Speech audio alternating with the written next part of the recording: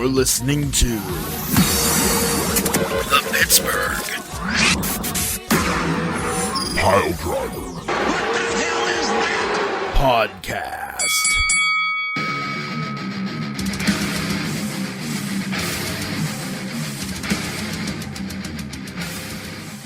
Hi everyone, Thursday once again. Can you believe it? Well, if you can't believe it, then you need to figure out your life, because Thursday happens every week. So, rethink the way that you live and do it better. Wow, Ransom, you're really coming at the listeners hard today. That's right, I am. Screw all of you. We're going to do a show, and we're going to do picks, I think. I don't know. I don't even know what we do anymore. I'm so out of touch with wrestling. Hey, my scores reflect that, dum-dums. Where's Pat when you need him? Pat, come back. Take my spot forever. I don't know. I don't care. Poot's gone. He's not doing the show tonight because he's house sitting. Ransom, you might be asking, can't Poot do the show while house sitting? Well, let me tell you, no, he can't.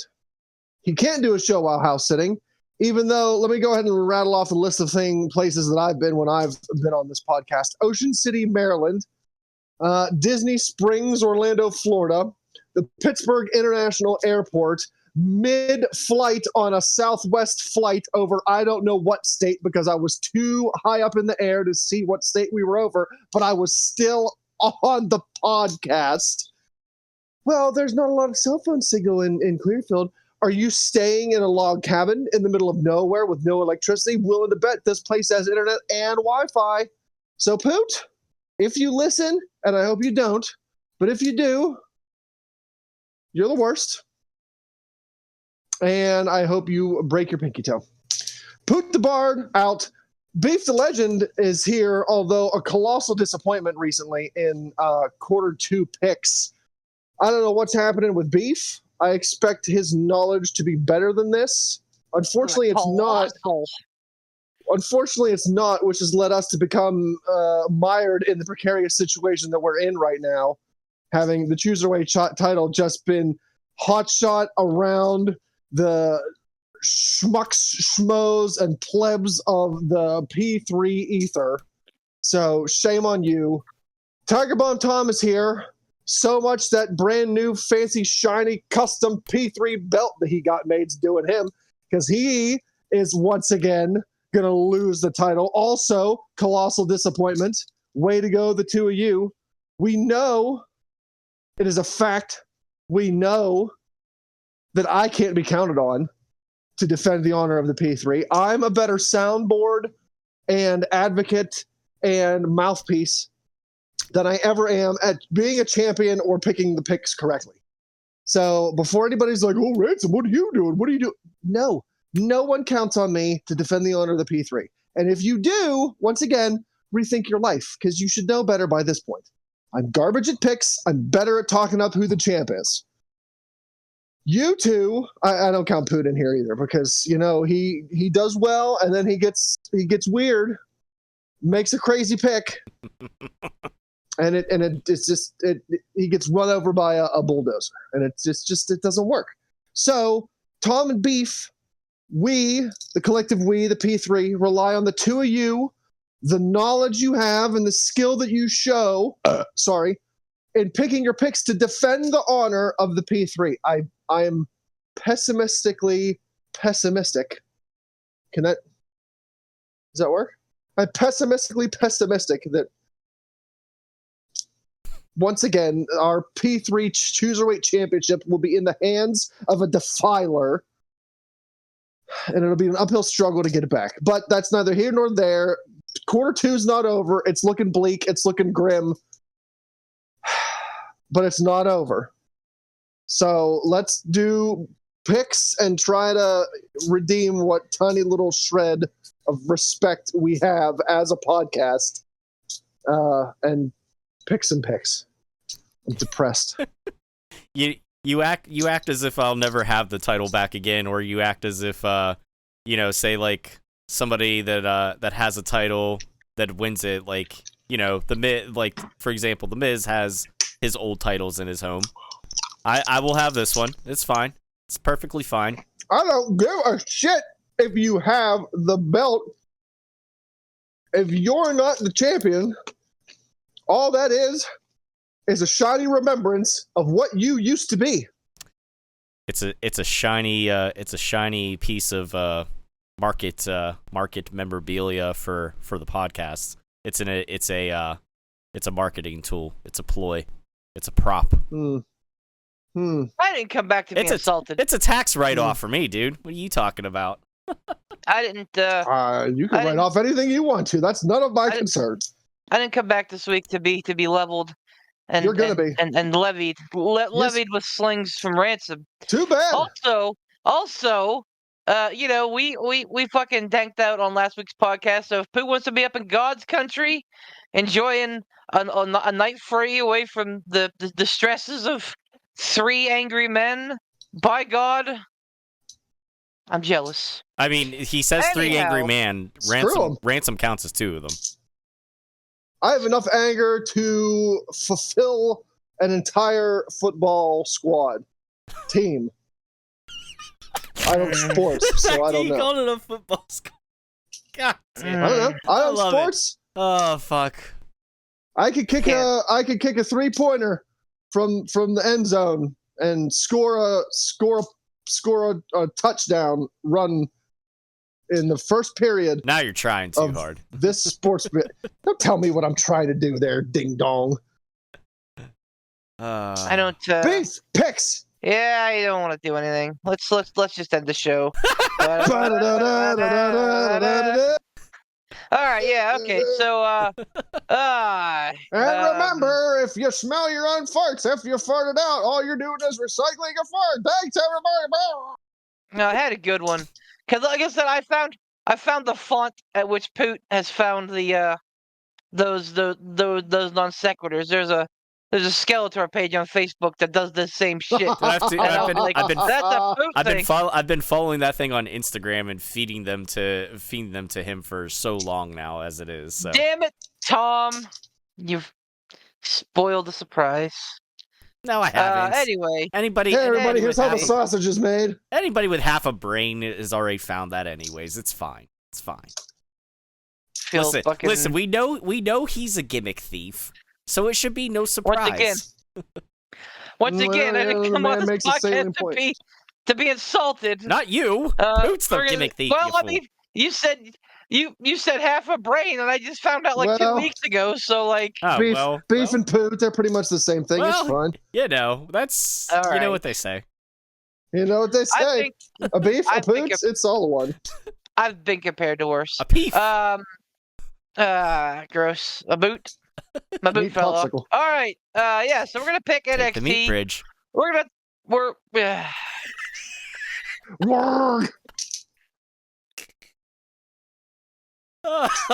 Oh, good times. You know, my A1C's up. I have to take some more metformin. I think it's just kind of metformin. It's a drug to lower diabetes. Well, lower your A1C. I could just speed up the process. I can't. Son, listen. Get up and take a walk. I can't help you if your blood sugar is high. I know what to do if it's low, though. I got to fucking experience that. Let me tell you. Did you just tell me that won't help? I mean, it will, but that's not the core. The core is I just need to fucking stop it. Anyway, the fuck, gentlemen. Fix yourself. You fix. Don't you tell me, Lord Crumbleback. Unfuck yourself. Let's do picks. I tell you, Crumbleback. It's full of dust.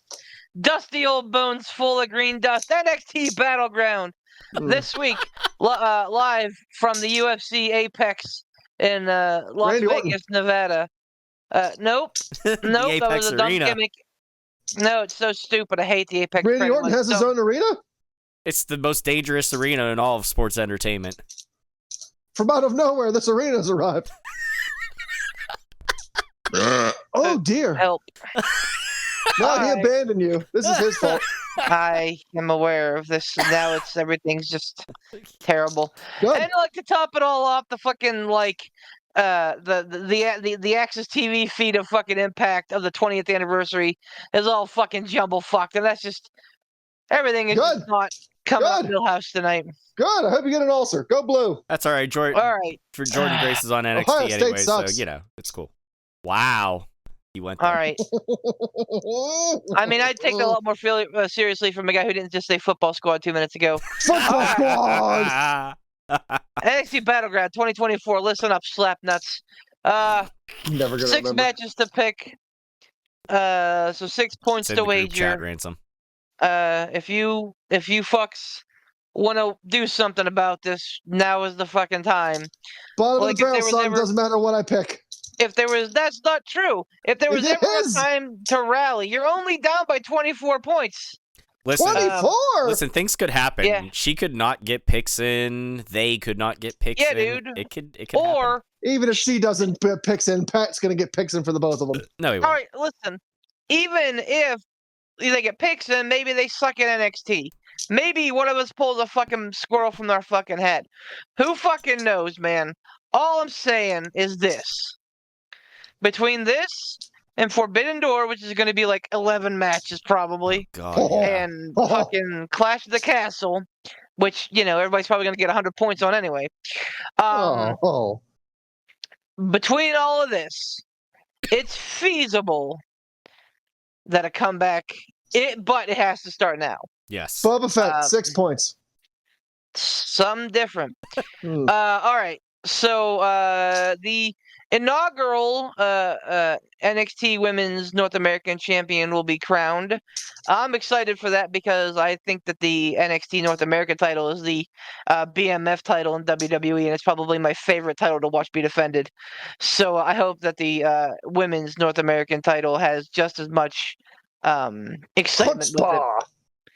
It's going to be It's going to be decided in a ladder match between Sol Ruka, Lash Legend, Fallon Henley, Jada Parker, Michin, and Kalani Jordan. Ugh. Obafemi will defend Boba the Fett. NXT North American title against Wesley and Joe Coffey. Shayna Baszler takes on Lola Vice in NXT Underground. Roxanne Perez and Jordynne Grace square off for the NXT Women's Championship. That's right, the Jordynne Grace of TNA, which I'm excited to kind of talk about some of that tonight. Nathan Fraser and Axiom defend against the OC, the Tag Team Championship of NXT. Finally, Trick Williams will defend the NXT Championship against All Ego Ethan Page. Those are your 6 matches, gents. We're going to start with the ladder match. The 6-women ladder match for the NXT North American Women's Championship. I'll guess Tom, go first. Nope. Champ's prerogative. Forgot how that works.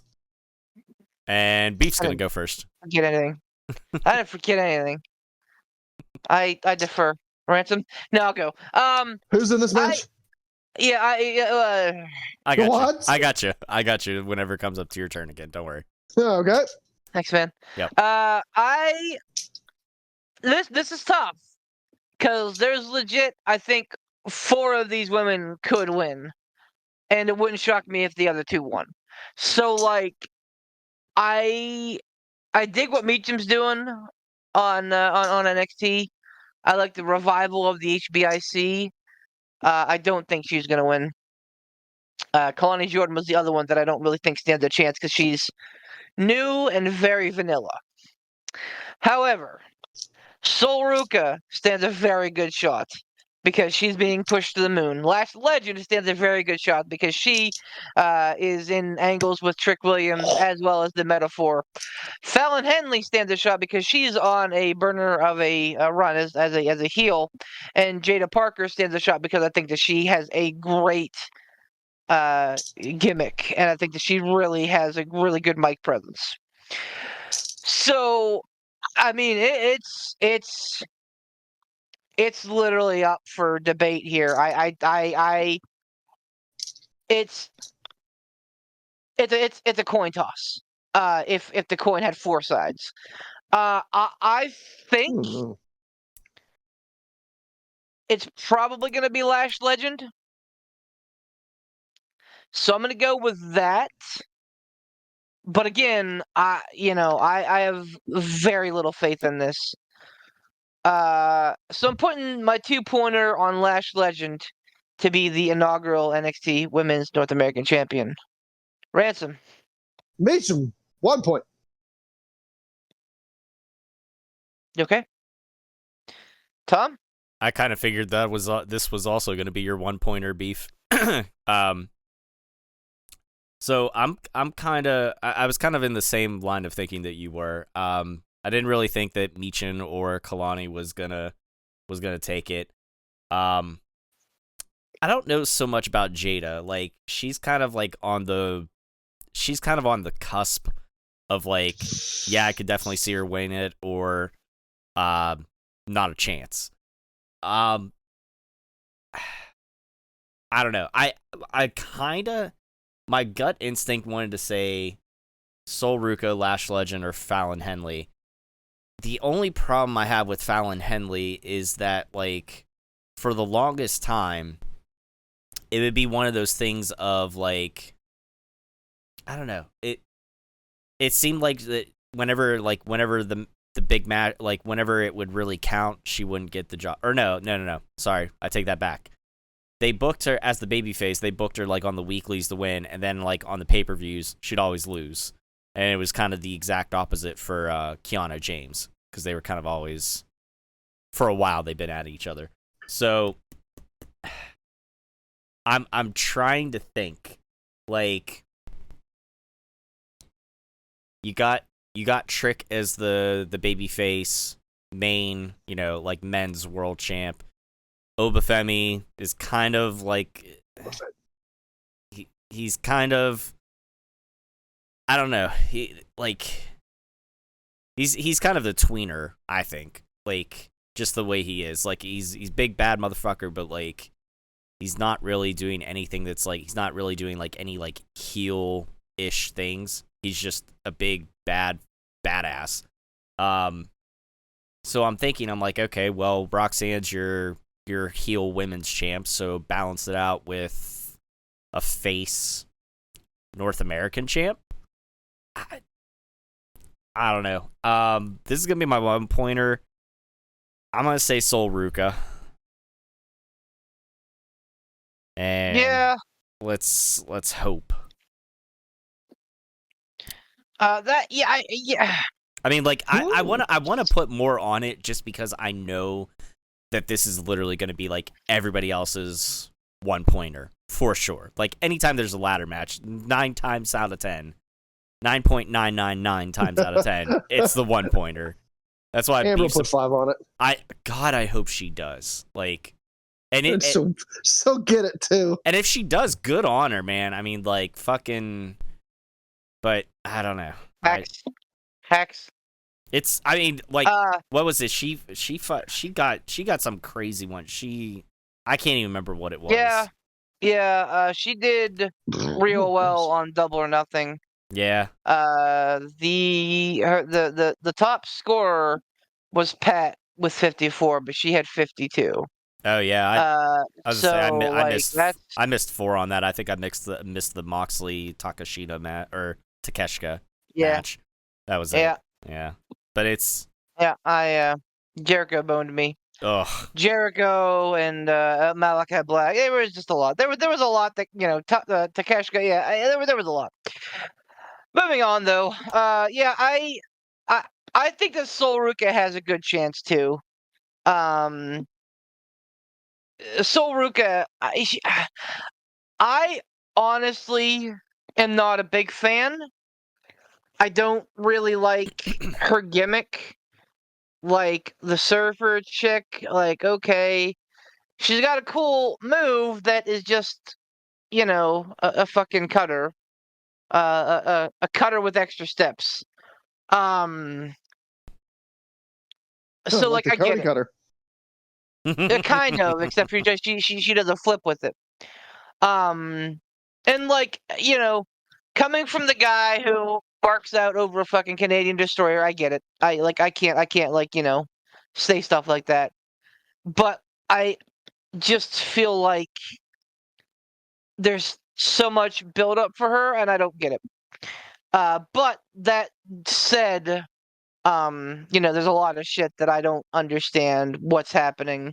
So like it wouldn't shock me. I'm hoping that the whole Lash Trick thing plays out and we get that's why I'm thinking Lash makes out with it because the whole trick thing. Yeah. I assume Those two are the big two that I really had trouble with picking because I don't think Fallon's there yet. I think that she has a lot to prove in the ring, and I don't think that her characters have done her any favors. So, like, I don't know. Like, I don't think Fallon's there. I think Jade is closer than Fallon. But okay. all of that said, like I said, it's really, if we're being honest, it's probably honestly closest between Lash and Sol Ruka. So it's a toss up. Oh, Rukin. Something different. Whoops. So Ruka. Fraser and Axiom defend against the OC in a tag team championship match for the NXT tag team titles. I love the rub that the OC has been doing where they've been walking around the NXT backstage and being like, oh man, all these damn main roster people coming down into our tag division. What the hell, man? We have to defend the NXT tag division like they've been there for years. Funny as hell. Ransom, who you got on this one? OC 2 points. Let's have an OC night. Let's do it. Machen, Good Brothers, get it done. Tom? Oh, this may hurt. But here we go. I'm gonna pick the OC, and I'm gonna put 4 points on him. Ho ho! I am shocked by that pick. I'm shocked because we're gonna go OC across the board. Really? Yeah, I just feel like this is your flashpoint with the Good Brothers. Like, if they're gonna stay in NXT some more, they have to win this match. They've already lost one championship match to these guys. I think it may have been a different team, No, but like they've was, already squandered. I was gonna say it was somebody else. I think it was it was fucking Braun and Baron. Yeah. Mhm. Oh. So like they either succeed here or they're done in NXT. And I don't know, man. I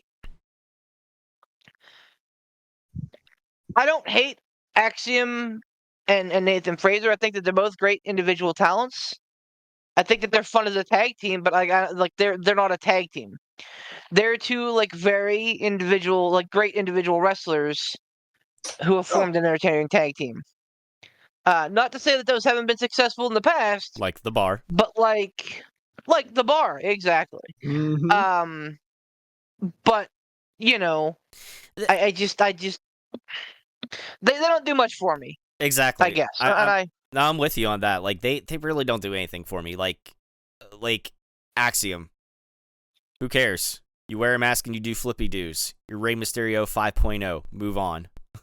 They're fun as hell to watch. They're fun as hell to watch, but at the end of the day, that's why I have AEW to watch. He's fucking Aki. He's Aki Man from No Mercy. Like, I don't care. He is. Oh. Yeah. So that's what I'm saying. And again, I get it. This is NXT. It's developmental. It's meant for these guys to go down and get real experience. But yeah, I just think that. And I mean, how good of a feather in the cap would it be for the Good Brothers to get, one tag team championship that's eluded them. So absolutely, I think that this is going to be an OC. But now that we've gone across the board, I'm really rethinking that. Shayna Baszler goes up against Lola Vice in the NXT Underground match, which is basically a ring with no ropes, no corners, and surrounded by wrestlers. It's a raised stage lumberjack match. Not even a lumberjack match because they don't throw them back in. Like they're not. It is. They're blood sport is what it is. Yeah, they're not there to keep them on the platform. It's not the Cell games. You don't lose if you fall out or anything. Yeah, and they're just there. They're just extra fucking fodder around the ring for reasons. this is a big ripoff of Bloodsport, and I Bloodsport has been hit and miss. I think that this year's Bloodsport was really good, but I would have preferred seeing this in what do they call the Lions Den now? The fight pit, I think is what it's called. Oh yeah, yeah.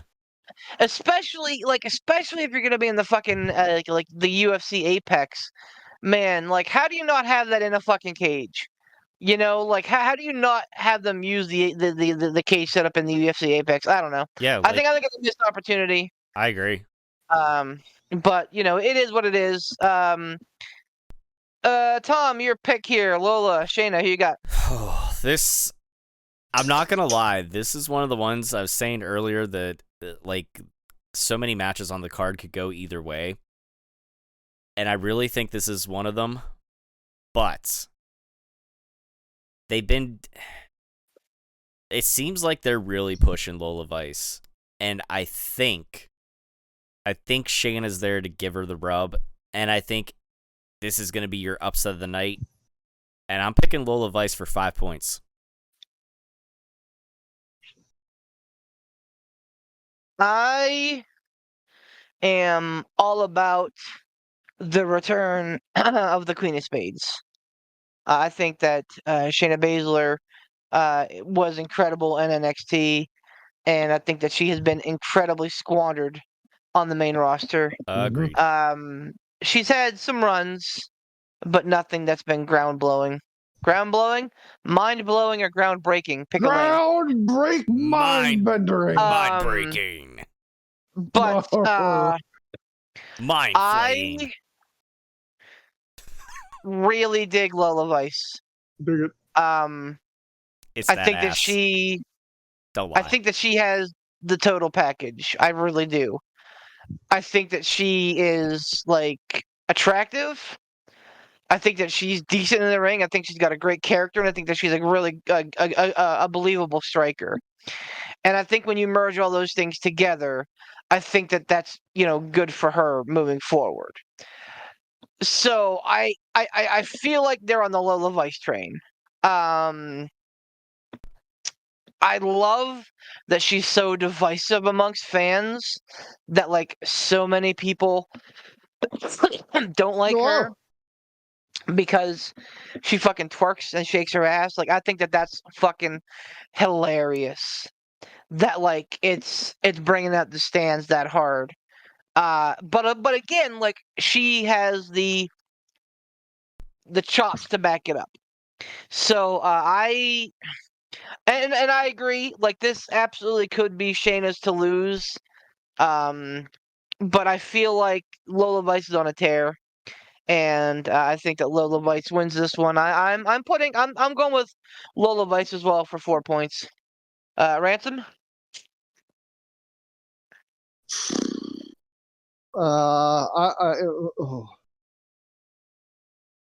I echo your sentiments in the picks department, but I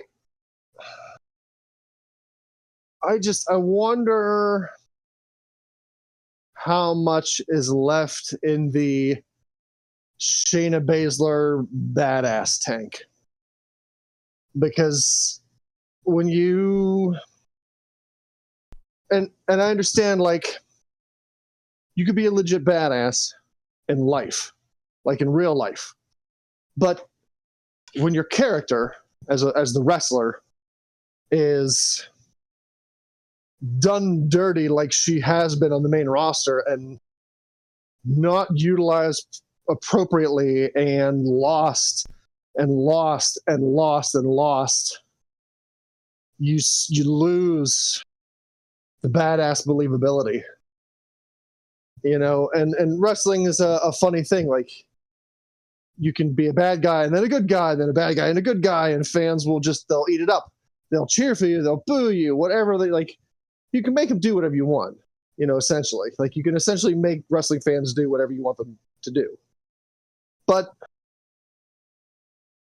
I don't know, at some point I feel like they need to pull the trigger on the badass Shayna Baszler, or like let that go, because I just don't understand how you have her lose as much as she has and still go like, oh man, she's the Queen of Spades, like, oh, she's a badass, she'll kick her ass, and like, well, yeah, but like, has she though?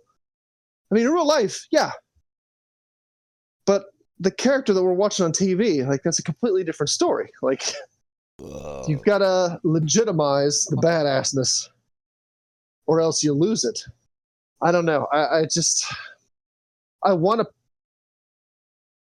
pick Shayna because I want Shayna to like really get on that tear again.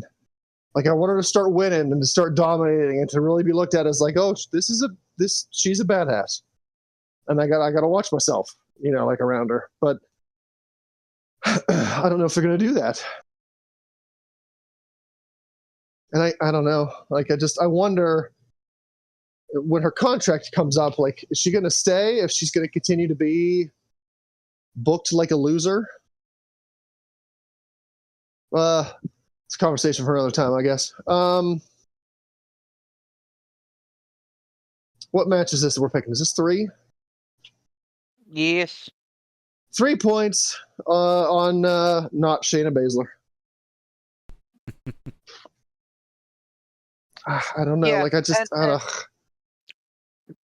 I think, and that's why I had a lot of trepidation picking the OC, because for the most part, I feel like most of the main roster talents that have been down there have been down there to enhance the NXT talents. Yeah. And you know what an enhancement talent is. It's a fancy name for a jobber. Yeah. So, but there have been main roster people that have gone down there and won. Becky, right, with her title, Finn Balor, Dolph. Yep. Like it's Dolph. Corbin, Dolph, yeah. Yeah. So yeah, I mean, like it's definitely there, but like most recently, I just feel like, I don't know, man. No, you're right. You're right. That's what that's and I mean, I think that Shane is kind of in that same like wheelhouse as the OC. Like, if she's gonna remain in NXT as the Queen of Spades, she needs this win. I just don't know if that's the plan. So to jump off your point there, I feel like the reason I picked the OC was because I feel like they could hold the tag titles for a little bit and then really like build up one of the next up and coming teams. Like, I don't remember their names, and I hate to make this comparison, but they're like the babyface version of Crime Time. I can't remember their names. I don't think they have like an actual tag team name, but I know I talked about them before to you, and I said like so not Out the Mud, but the other ones.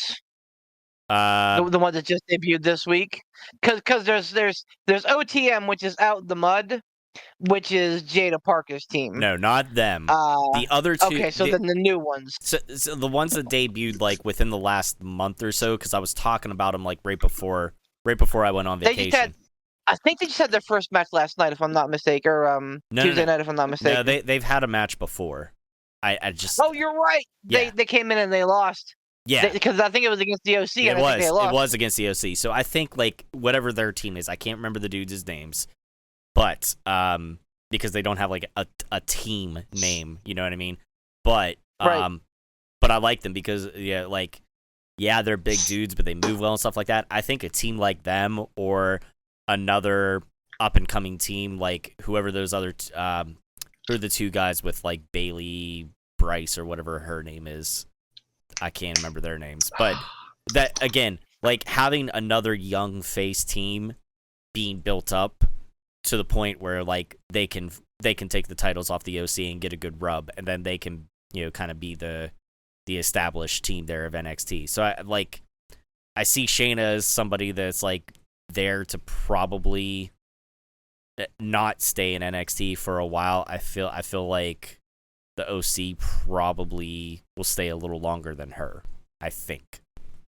I agree, and that's why I think I went the way that I went on these two picks for sure. Yeah. Moving right along, we have Obafemi defending against Wesley and Joe Coffey. I'm a huge. I have become a huge Obafemi fan as of late. I believe that like they think that the future runs through him, and I would be hard pressed to disagree. Um,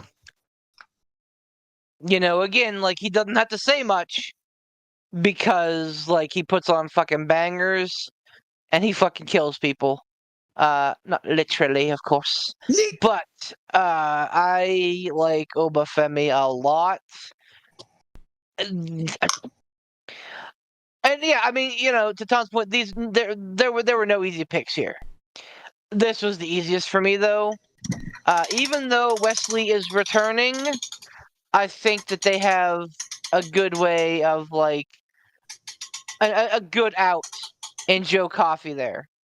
Not and I get that Joe Coffey is just like returning as well. So like, but it's always easier for a returning heel to kind of eat the loss than a face. So I think that I think that Obafemi retains here. He's just the fucking mountain right now. And again, I'll say it again. Like I think that the NXT North American Championship is the BMF title. I think, and for those of you not aware, that's the badass motherfucker title. It's basically something that was It's the BAMF. in UFC for a long time. It was I forget what weight class, but like the dudes. And it actually became like a legit like belt. Like Dana White actually gave it a legit belt for these dudes that would just fucking square up and beat the fucking shit out of each other. It's like the FTW title, but actually official. Right, exactly. and I mean, if you look at like the holders of the NXT North American Championship, the lineage is gilded. So yeah, like I said, I think this is probably the one I'm looking forward to the most. Yeah, like the run of Oba will not be stopped here.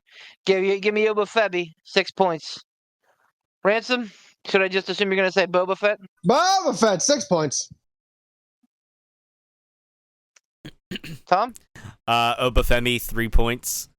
I'm not gonna lie, there was a part of me that was thinking maybe this is a way that they could get the title off of Obafemi, like having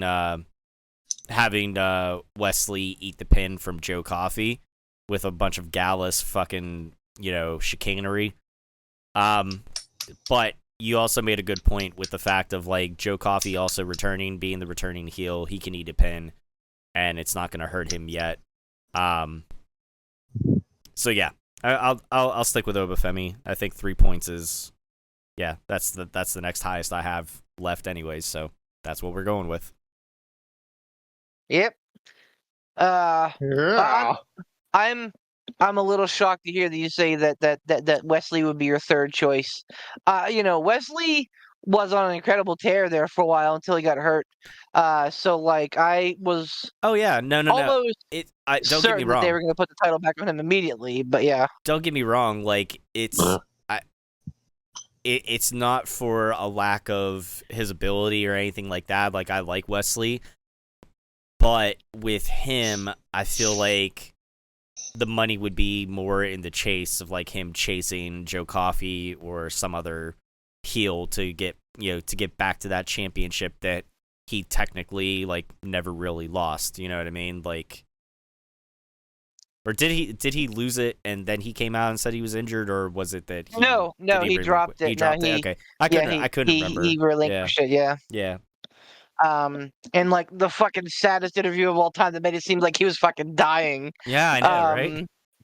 But like what the hell? I mean, what was wrong with it? Was it just like back problems, knee problems, both? Like it was a back. Yeah, I think it was back issues. Okay. I mean, it seemed real fucking dire, and then all of a sudden it's like, oh hey, look, Wesley's back. And it's like, oh cool. I guess seeing Adam Copeland and Ryan Danielson come back from like these like life altering injuries, I guess maybe has skewed the perspective a little. maybe made it seem a little bit more attainable. I don't know. It was just weird that it was presented in such a way so dramatic. And like I'm not saying that they played up the dramaticism. Like from all accounts, he was fucked. And all of a sudden it's like, hey, Wesley's back, yay! So like it's tough to pick against him, but man, Obafemi is on a fucking run. So like yeah, and honestly, like I think that the more that they lean into the fucking like Black Panther shit with him, I think the better it's gonna be. The crowd digs it, and I think that it's really, working for him. So I don't know if he already is or not, but I could definitely see him being the longest reigning North American champion. I could see that easily with Obafemi. I don't think he's had it all that long. But that title again, not that it's been the belt hasn't been around that long. So like I think that a lot of those goals are still pretty attainable. But yeah, I think that I think that you're probably right. I think that Obafemi could have a grip on it for a good long. Oh wow, he's had 141 days already. That's crazy to me. Also, Wesley held it for 200 and where the fuck was it? 269 days. That's insane to me. Yeah, that's fucking crazy. Who's the longest reigning since you're kind of down that rabbit hole, just out of curiosity? Looks like Wes. Okay. With 269. Velveteen Dream is second with 231. Oh, what a name. So they want to fucking erase that one out of the history books. So. Yep.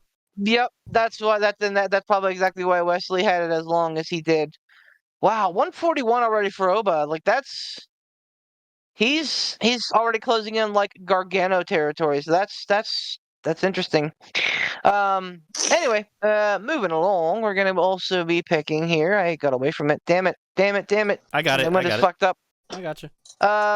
Roxanne and Jordynne Grace. Roxanne Perez, Jordynne Grace, the NXT Women's Champion against the TNA Impact Women's Champion.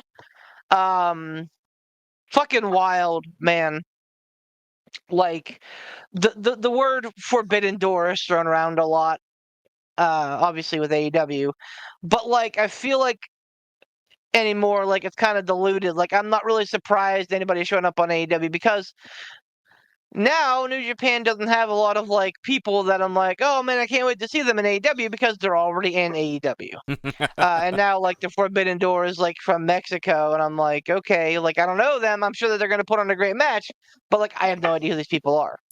We'll definitely have to have some discussion about that. I saw MJF's his promo on Dynamite. That was fucking great. So don't let me forget about that. But like to see Jordynne Grace, like the TNA champion, show up out of the fucking blue on NXT, blew my fucking mind.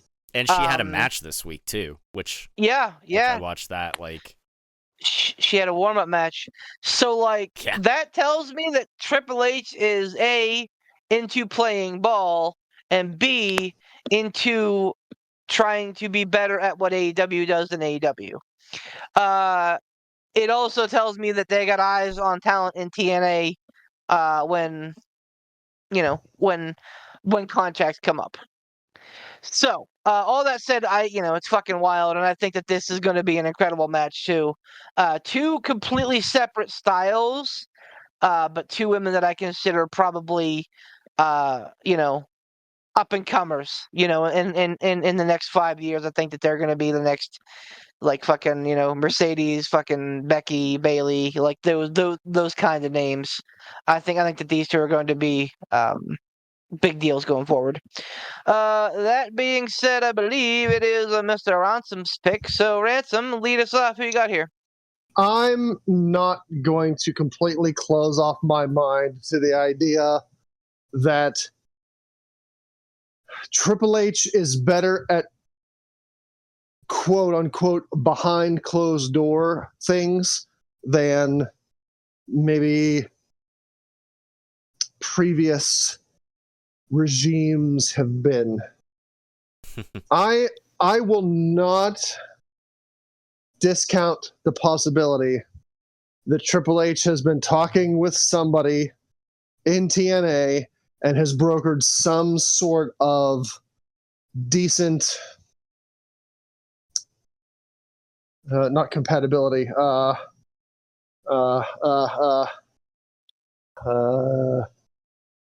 cannibalism. No. Come on, stupids. Help. Complimentary. I'll go with that. That's the best one I've heard so far. Okay. Yeah, I'm not going to count out the idea that Triple H has worked something out with TNA because it's symbiotic.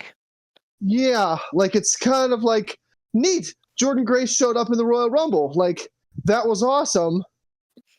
But everybody knew that she's not going to win. Like it's fun that she's here. This is fun.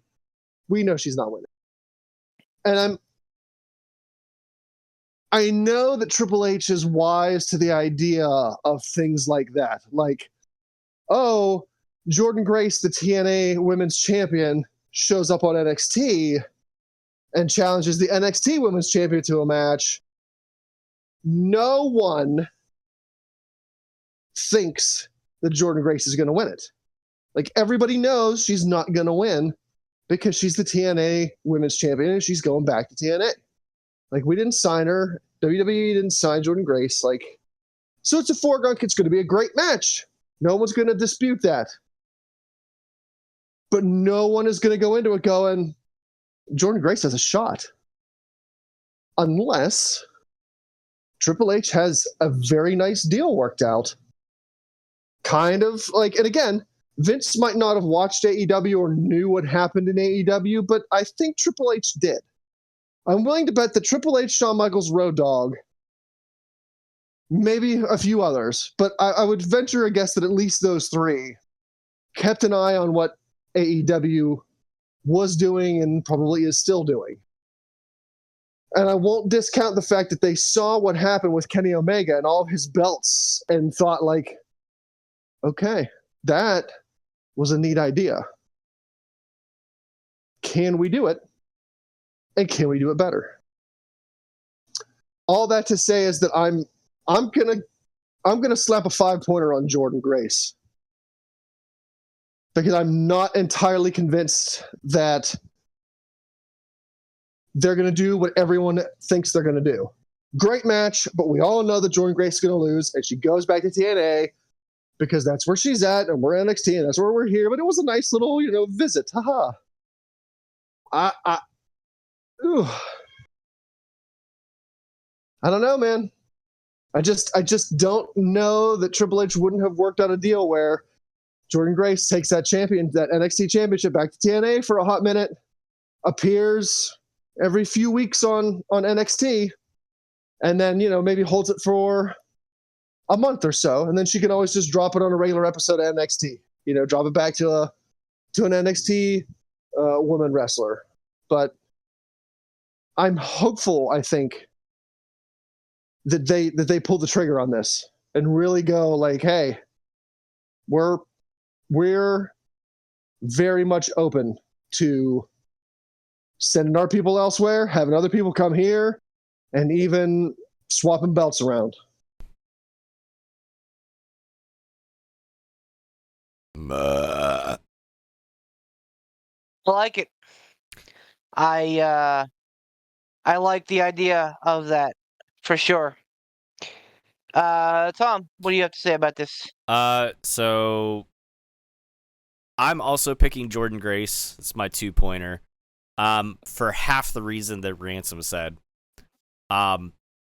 Because like Ransom said, I think what everybody expects is, well, of course, Jordynne Grace isn't going to win the title, but I mean, when you look at the matchup on paper, like, Jordynne Grace should absolutely dominate Roxanne Perez. You would think that, but Roxanne is spry and spunky, and she's like Beef says, got a totally different wrestling style. So my thought going into this was, if they want to try to buck the system a little bit, you could have Jordynne Grace win, but not necessarily walk out with the title. She could get a DQ win. That way, she still looks strong. Title stays on Roxanne. Everybody's happy. I thought I saw something online somewhere where it was saying, like, ever since, like, with Jordynne Grace, appearing in the Rumble, like, that there was some sort of there obviously is some sort of small deal worked out with TNA and WWE, like, that she'll make, a couple of appearances or something, maybe like a la Brock Lesnar-esque, type of availability or whatever. I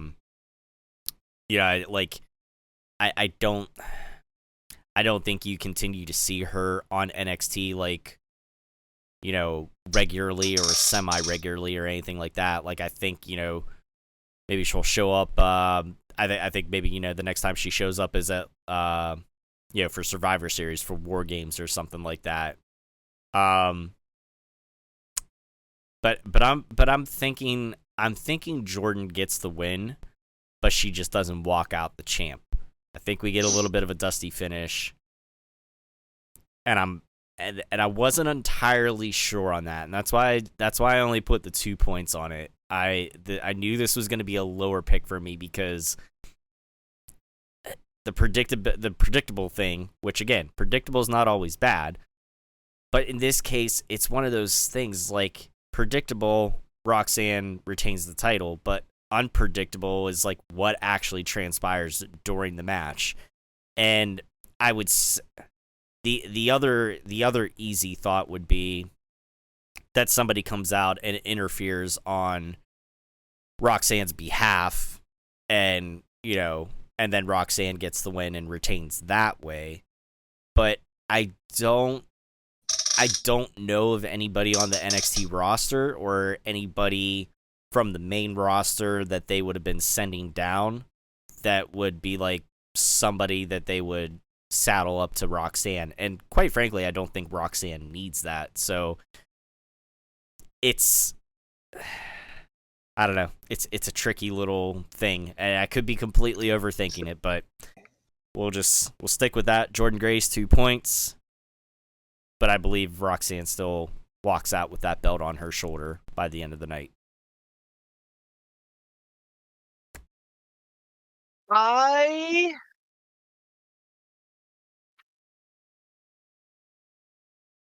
So the only thing hang up in my mind is that this angle that Roxanne's been playing up. This whole, like, everybody's out to get me. Ava's against me. You're screwing me over every week in, week out. So, like, that absolutely could play a part. And it seems almost tailor-made for her to lose and have that built-in excuse. But I know from what I read, Jordynne Grace has made north of 6 figures, or in the 6 figures, for these 3 appearances. Last week, her match 2 days ago and on Sunday night. So that's not cheap. That's not cheap to spend on 3 matches on your developmental.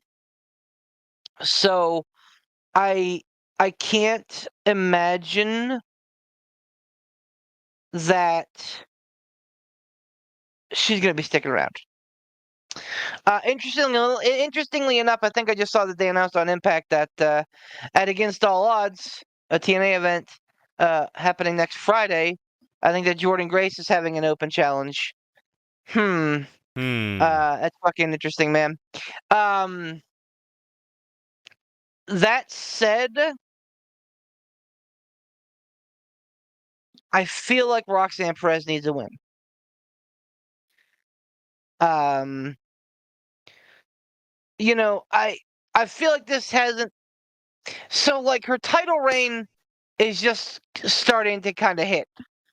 Right? She just beat Lyra here not too long ago. Right. And, man, like, I hear what you're saying. And you go out there making excellent points about bucking the system and about really leaning into the unpredictable nature. But, like, there's unpredictable, and then there's going against common sense. I love Jordynne Grace, and I've been a Jordynne Grace fan for a long time. And I'm happy to see her doing well, and I hope that she continues to do well, and I hope that one day she ends up in WWF. WWE? I said WWF. Dude. That's You weird. want her in the World Wildlife Foundation? I do. I want to see her punch those fucking pandas. But, like... Hashtag panda puncher. I feel like it does not belie you anything. I feel like it actually goes against the grain to pay someone $100,000 and have them go over one of your, perceived top talents. Which I think is what Roxanne Perez is right now. The prodigy, the youngest Ring of Honor Women's Champion. And she's still super fucking young. Again, she is,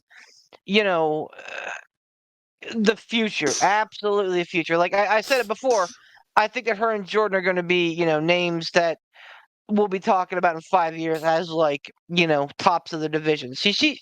Roxanne's 22. So, like, her path has just begun. I just think that right now, with this heel persona, she needs the win. I don't think it's going to be clean, but I just, from a booking standpoint, I just can't see paying someone a decidedly big star, $100K, over $100K, to come in and have them go over one of your top talents. I don't see a world in which that's a smart money. Again, like, it's fun to think about, and it's fun to say what if, and it's fun to say, oh man, it would be an upheaval and chaos and da-da-da-da-da. I just don't see it happening. And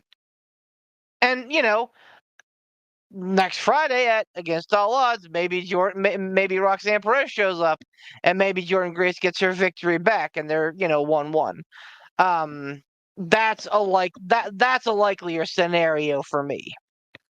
But and like I said, I don't think it's going to be a clean win, but I think it's going to be a win.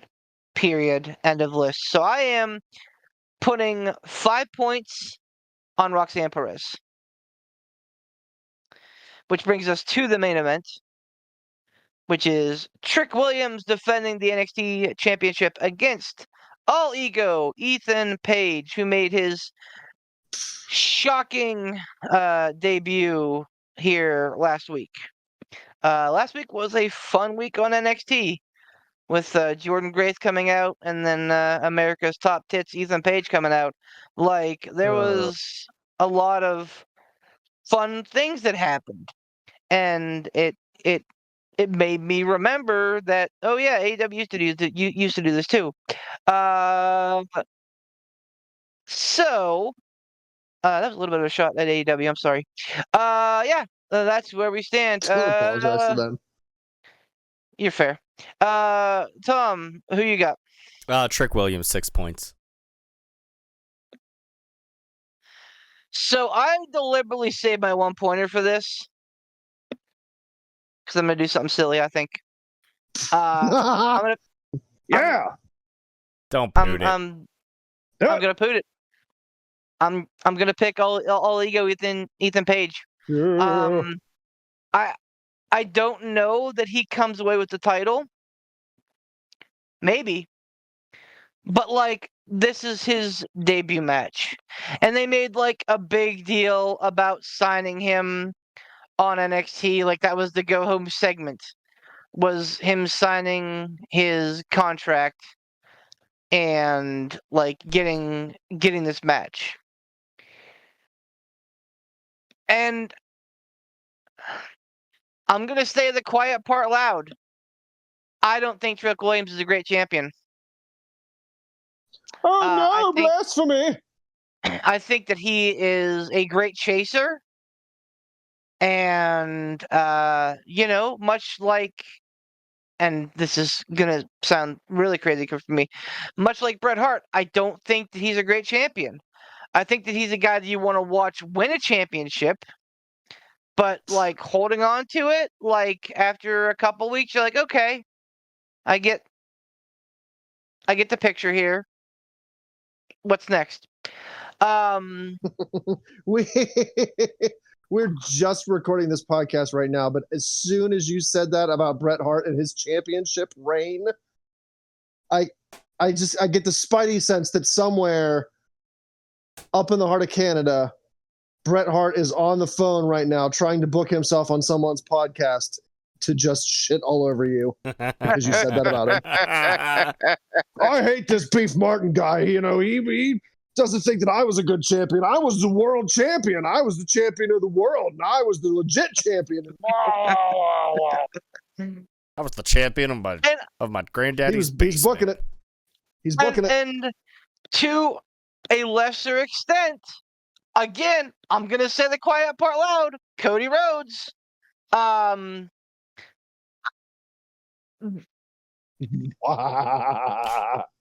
Now, hold on. I'm gonna stop you before you get started on the Cody train, trying to compare like if you're saying he's not a great champion, a la like a Trick Williams. I will say that Cody is doing a lot of stuff behind the scenes. Like, he sure is. Literally building up the fan base one by one, like pulling the kids out of the crowd that are dressed up to him to do the woe, getting the weight belt. Acting like the face of the company. He's staying after it, agree. staying after at live events, like doing autograph signings, like an extra half hour, like he's putting in the work. Now, he is the face of the Triple H era. There is no disputing that. Booking wise, yes, it's kind of some placeholder opponents for now. Aren't you a little bit bored? Aren't you a little bit bored? No, not yet. I mean, you're not. No, I'm a little bit bored. I'm not clamoring that we need to take that title off of Cody. But you are. But I'm a little bored. Because again, you're like a dog chasing a car. Fucking, you chased it. Complained about it after he didn't win at Mania, and you chased it, and now that you finally caught the car, you don't know what the fuck to do with it. I don't think this, and I said this before, the story was never about him holding the title long. No. And I feel the same way about Bret Hart. And honestly, I feel the same way about Trick Williams. It was never about them having these big, long, stupid reigns. It was about them proving that they could. The thing with Trick is more so not even the fact of proving that he could. It's the fact that he wasn't ready to go up to the main roster, and Carmelo was. And so was Ilya Dragunov. And he's over as fuck. Trick's over as fuck. Like there is no way to say against that that Trick is big. No, that part, like, so the crowd involvement, that's over. Even though I fucking can't stand 9 times out of 10 listening to Booker T when he opens his mouth. What? I like it. It's I that, like it. I will say Booker. one nice thing about Booker is that adds to it a little bit. That's fine, but just like in this last episode, whenever Booker was hosting the fucking Women's North American Championship Summit, I'm like, God help me, if I get a fucking shucky ducky quack quack, I'm gonna blow my brains out. And sure enough, he literally literally said in the middle of the thing, he's like, all right, let's reset this. Let me stop this here for a second. Can I get a shucky ducky quack quack? And I'm like, shut up, please, God, shut up. Oh, rude. All that to say, the only time I enjoy listening to Booker is when he adds to Trick's entrance, and that's about it. But besides the entrance, besides the crowd being behind the whole whoop that Trick, there's not a whole lot going on with Trick. Like, he's good in the ring, he can be better, but he needs more depth. That's Absolutely. You know what I mean? Like, Absolutely. he was not main roster ready. That's why he's the champion. And again, like, if you look at the last few reigns here, Yeah. you know, Trick's on 44 days, but before him, Ilya 206, Carmelo 182, Braun 361, like, and then 63 before that, before Ziggler had that fucking stupid 26-day title reign in the middle, Ciampa at 111. So, like, the NXT has been built on these long reigns, right? I just feel that, like, they Karrion crossed him in that they shot him to the moon immediately. And, like, once you're the champion, where do you go? Like, how do you grow as a champion? I'm not saying it's not possible, but for the most part, like, once you've hit that championship status, like, you're kind of there until Yeah. you lose it, and then once you lose it, you gain that, like, second level. You start to get that hunger and that fire again. And yes, I am absolutely aware that we are discussing a worked thing that is written. Well, I get that my comments betray me. We're discussing the ebbs and flows of telling, Absolutely. of long-term storytelling. Like, and I agree with you. Like, going back to the Cody thing, like, Cody doesn't have to have this long, like, extra amazing fucking title reign or something. He doesn't have to have like a 200 some day title reign or anything like that by any means. And I agree with you. The story for Cody was definitely about winning that championship that his dad never did, not necessarily him holding it, as long as Roman did or anything like that. But in the case of Trick, I don't know. I just feel like it's way too soon for them to, like, do anything definitive one way or the other. I mean, again, but look at the path of Braun. He held it for 63 days before having Ziggler beat him, and then he beat Ziggler and held it for a year. I will say this. So in the eyes of WWE / NXT, don't get me wrong, I'm not. When I say this, I'm not. It's almost like comparing apples to oranges, but I'm in the eyes of NXT, Ethan Page ain't Dolph Ziggler, if that makes any sense. Not disparaging Ethan Page at all, but if I have to look at the two, at least from the with the WWE filter on, you got Ziggler above Dolph, or you got Ziggler above Ethan. So, like, in that sense, that was a different regime, right? Like, but in that sense, it also made a little bit more sense for Ziggler to come down and have that little bit of a reign, because then he's able to give the rub to Braun Breaker when Braun beats him for the title again, and then that was Braun's then him having his second title reign at that point, correct? See, yes. Yeah. And, So see, which I see them going down the same road though. Like because I absolutely think that we can get a month of Ethan Page's champ, leading into Heat Wave, and then they're in the Scotiabank Arena in Canada for Heat Wave on July 7th. Yeah. So like, but I don't see them making Trick a 2-time champ that quickly. I really don't. Oh, I do. Absolutely, I do. I think that he is what they say in baseball, like a five-tool talent, as they say. Like I think that he has everything where he has everything that he needs. I think that it's a lot of it is still very raw, that needs definition. But I think that that's what the kind of stuff that you get whenever you make him lose a title and then only to earn it back. And again, Battleground's going to be at the Apex. The Apex is not a big arena. The Apex is probably going to fit a couple hundred people, maybe. Probably about 3 to 4 if I had to guess. Scotiabank Arena is like an arena. It's a 15 or so K seat arena. So like having him lose in front of a few hundred, only to win it back in front of like 10 plus thousand, I think would be good. And I think it would build him even more momentum and even more like sentiment. Especially if they work this whole like Lash Legend thing in here as part of it.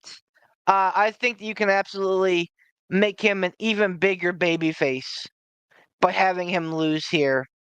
And again, like I realize that I just rambled about conventional wisdom and everything with the Roxanne Perez pick, but I think that this is different. I think that they do view Ethan Page as somebody who can come in and have an immediate impact. I so I yeah I think yeah I said it, but yeah, Ethan Page 1 point. I think that he'll beat Trick here, and then Trick will get it back in front of a big crowd in July. Ransom.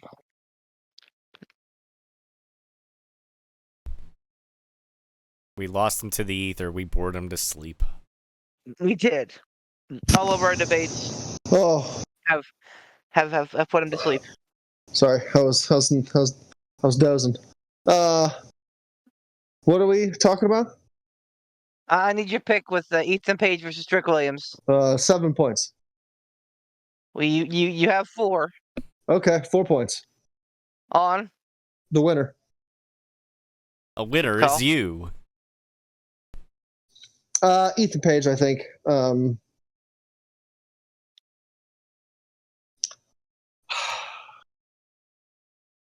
just don't think it's smart to have Ethan Page lose his debut match. Sorry, especially at a PLE. It feels some random NXT match. I still don't think he'd probably lose. I don't know. It's tough. I don't know. I just don't know why you bring him in with all that pomp and circumstance to go, well, you lost. Bye. Maybe there's some sort of screwiness and he doesn't walk away with the title, but still win. Maybe that's how the Jordynne Grace match goes as well. I mean, you know what they say. Well, and that makes me feel a lot less crazy about it, because about picking Page, because yeah, I just I'm and like I understand what that a similar thing happened with Shawn Spears. However, Shawn Spears had already worked in NXT prior. B, Shawn Spears wasn't brought in with the same kind of hype that Ethan Page was. So like, because I, admittedly that was in my brain too. I was like, man, this is very similar to what just happened, and we saw fucking Ridge Holland beat Sean Spears. So, or was it Rich? I don't even remember anymore. That's how silly it was. But Wasn't it? I Did Joe Gacy beat? it was Joe Gacy. Thank you. Yeah. And who knows where he is? Actually, I think we all know where he is. He's waiting to debut with Uncle Howdy. Yes. But I think and again I could be wrong, but like I feel like they're treating this as kind of like a B pay-per-view, and I think that Heatwave is going to be a bigger deal for them. And again, I think with them losing some of these big talents to the main roster, Ilya Dragunov and Chelsea Green. Nope. Ilya Dragunov and Lira Vakilia. Between those two, like I think that there was a lot of marketing around those two. They're on the fucking like poster for Heatwave. So like I think that they need a reason to sell the 10K tickets, and I think if they believe that Trick Williams is their guy, I think that him winning the title in front of those 10K would sell those tickets versus defending. And again, that's just me with zero business acumen, me with not being a booker ever. That's just where I fall with it. Booker. But all that said, that's our picks for Battleground. I almost said Heatwave. That's our picks for Battleground. Heat ground. So what do you guys want to talk about? Do we have any Stump the Chumps? Because I feel like this is almost a. I thought whenever I was trying to get the thing updated for Spotify that I saw. Yeah, we have one. We have one in the chamber. Okay. We do. We absolutely do. Let me get to it here. It's from Pet. Let's knock him on his ass and be on our way. Yeah, right? Yeah. Okay. Here we go. All right, boys, here we go. That's weird that he said the same thing I said. When was the first world title change on a Monday Night Raw, and who won it? Looking for the year and the winner. All right. So Now, again, this is a gray area. Specific. Are you talking World Heavyweight Championship? Or are you talking WWF Championship? WWE? What do we got here? I'm pretty sure he's talking about like the encompassing like WWE WWE WWF WWE Championship. I would assume Big main belt. the big main belt. I will say this: BBB, big boy belt. The W is lowercase. I don't think maybe. So I don't think he's talking about the world heavyweight title. I think he's talking about like the WWE. Not intercontinental or European, but correct. The big main title. He's saying the the world big boy title. Yeah, the world heavyweight championship. So what did I say? Anyways. So changed hands. What did he specifically say on a Monday Night Raw? On a Monday Night Raw. Oh, okay.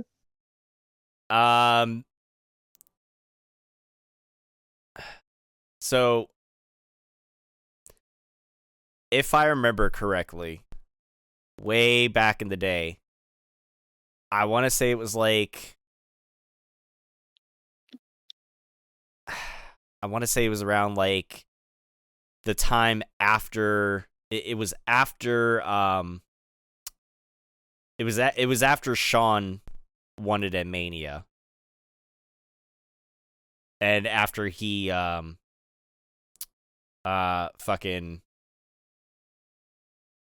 whatchamacallit, after he forfeited it or whatever because of his knee injury and stuff. I don't know what year. I can't remember what year that was. Or no. Sorry, not Mania. Oh my God, when Shawn won it at the Rumble.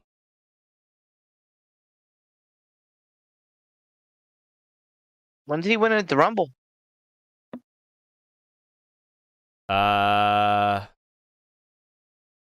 Did he?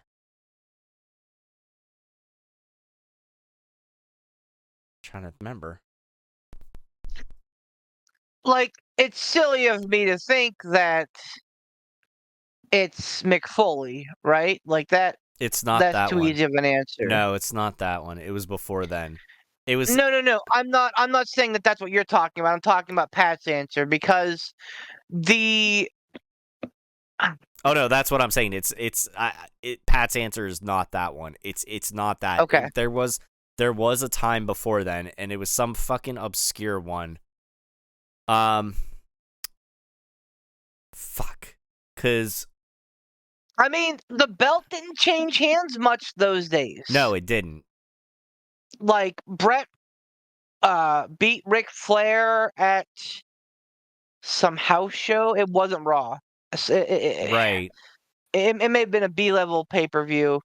And then he lost it to Yoko at Mania. Yoko lost it to Hogan at Mania. Hogan lost it back to Yoko at King of the Ring. Yoko lost it to Brett at Mania. Brett lost it to Diesel, I think. Like, it's... Nah, Bob You know, Bob Backlund was in there somewhere. yeah, Bob Backlund was in there. But, like, it wasn't Raw. Oh, that's what it was. Okay. All right. I might need a little help, but so after Shawn vacated, you said Brett. There was that fucking. It was some random like in your house or whatever. There was a Four Corners match. It was Brett, Stone Cold, Taker, and somebody else, and I can't remember who the fourth one was. Sid. What's that? Sid. No, but that's who won it. That's who won it on the Raw, because Sid won it on Raw, and then that was the Mania that Taker beat Sid.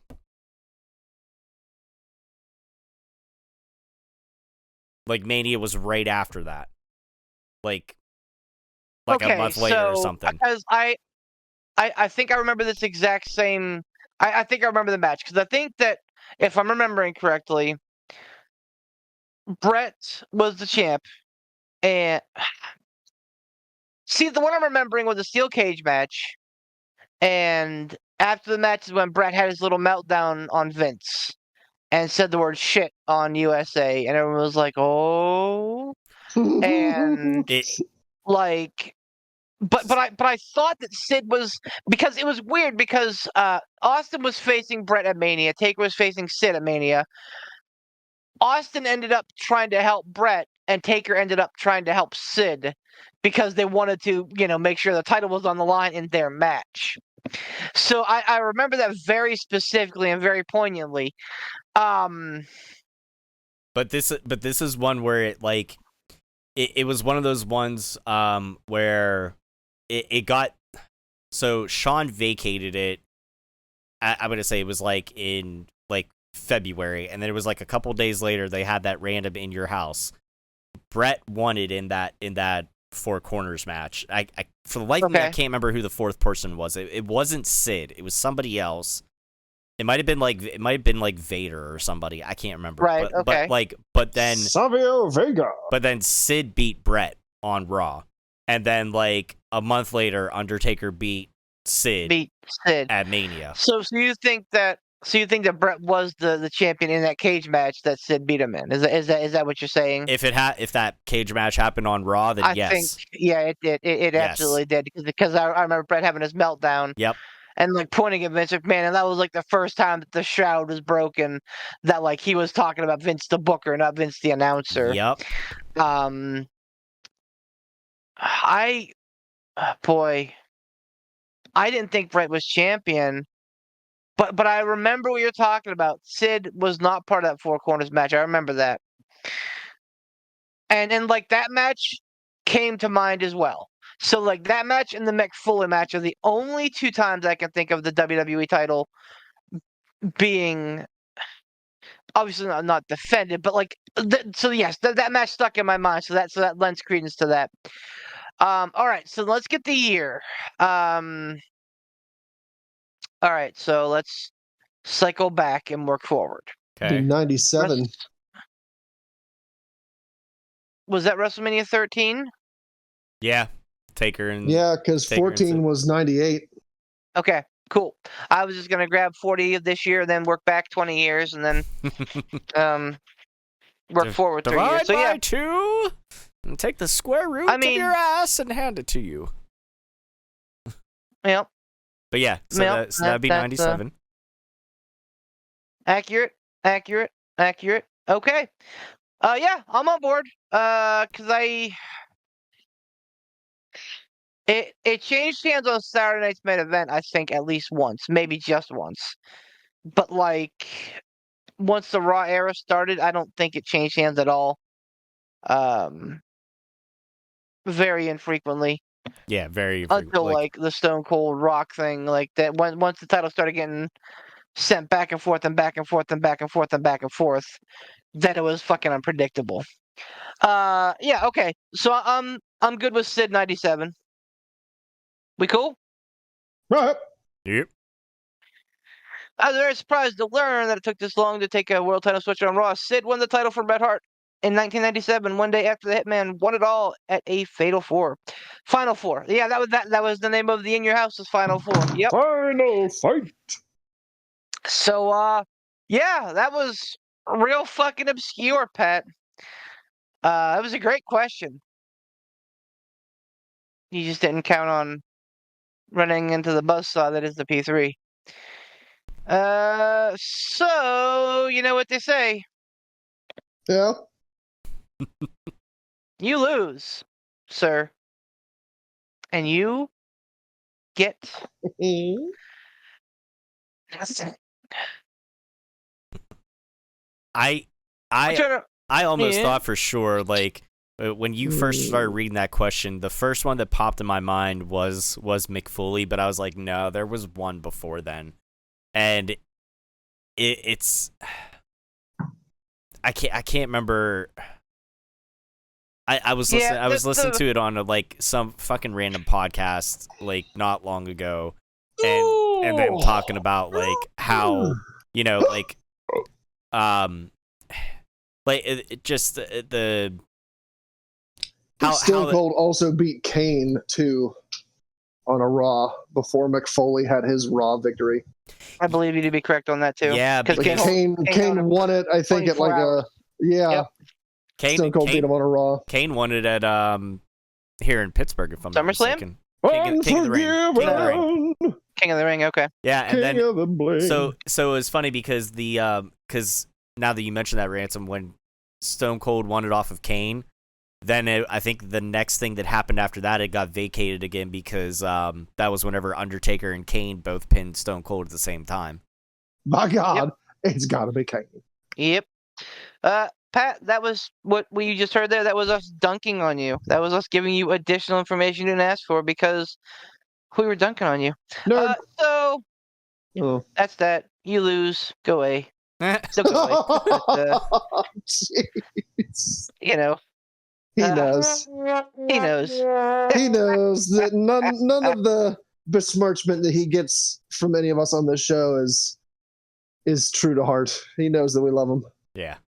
And then I think he fires back just as much as we fire him. So he's on board. This is all true. He's on board. This is all true. Are we I mean, we still got some other wrestle talkies, but if we had that one in the chamber, I didn't want Pat to get too big of a head, and I didn't want I didn't just because he was on the show last week don't mean shit. Listen, anything can happen week to week. You just never know what's going to happen here, Pat. So to his credit, I think he does have another one in the chamber that he can call. So maybe he had two backed up. He does. So he got two. So we'll see. Maybe next week he'll show. Maybe next week he'll show up and We can I think dunk we on have him. picks again next week. Is that Probably. is that accurate? I don't know. You tell me. So is this You're the keeper of the what schedule day on is that. this? What day is this? 13th, 15th. What day is Forbidden Door? Somebody answer me. I don't fucking Answer know. him. Forbidden Door. All right. Yeah. I mean, we can keep talking about wrestling if you have something to contribute. I'm all ears. There's quite a bit of stuff that has happened. I didn't catch last week's episode because I'm a bad friend. So I don't know what you guys went over. I mean, we not a whole lot. We went over. Oh fuck! What the hell just happened recently? We Nothing. King and Becky Queen, Lynch leaving. King and Queen of the Ring. Yeah. We touched more so on King and Queen of the Ring, and then we didn't really get into much of Double or Nothing because I didn't get a chance to watch it. But we talked more so. The big topic of that was, if you're gonna fucking jump from a cage and you're 50 years old, fucking commit to the jump and don't land on your feet and break your tibia. Oh. Like, just be smarter about it. That was the big takeaway from Double or Nothing. I mean, obviously, lots more happened. Yeah, that's like MJF showing up, but like we didn't get into all that because again, I didn't watch it. I don't think Poot watched it, and I don't think Pat got to watch it. So there wasn't like we couldn't expound upon it a whole lot. But I know you watched it. I watched it. So, I did, and I think it was probably as good, if not better than Dynasty. Forbidden Door. Dysentery. Dynasty was great. Was a great wrestling show. I feel like Double or Nothing was more entertaining. I feel like the whole Anarchy in the Arena match was awesome, and they always are. They're always fucking crazy, and I'm a sucker for them. I'm here for every last one of them. Fucking blaring music through the fucking match and lighting people on fire. Let's go. Like let's have fun. It's wrestling. Don't take it too fucking seriously. I think that was a fucking great event. But yeah. So do you guys actually think Yes. there's a chance that Becky Lynch goes to AEW at some point? No. We talked about that a little bit, but I'd like to get your guys' opinions. I will tell you right off the bat, no. I think anybody that's like immediately jumping on the whole, as we have it in our Discord here, Bucky Lynx is all elite. Now, calm your tits. It ain't happening. Like, she, it's she can take some time off, go home, be with Seth, be with her daughter, and just, relax a little bit. Like, she doesn't have a whole lot that she really needs to prove in WWE. Like, she's already arguably one of the best female wrestlers of this, current and last generation.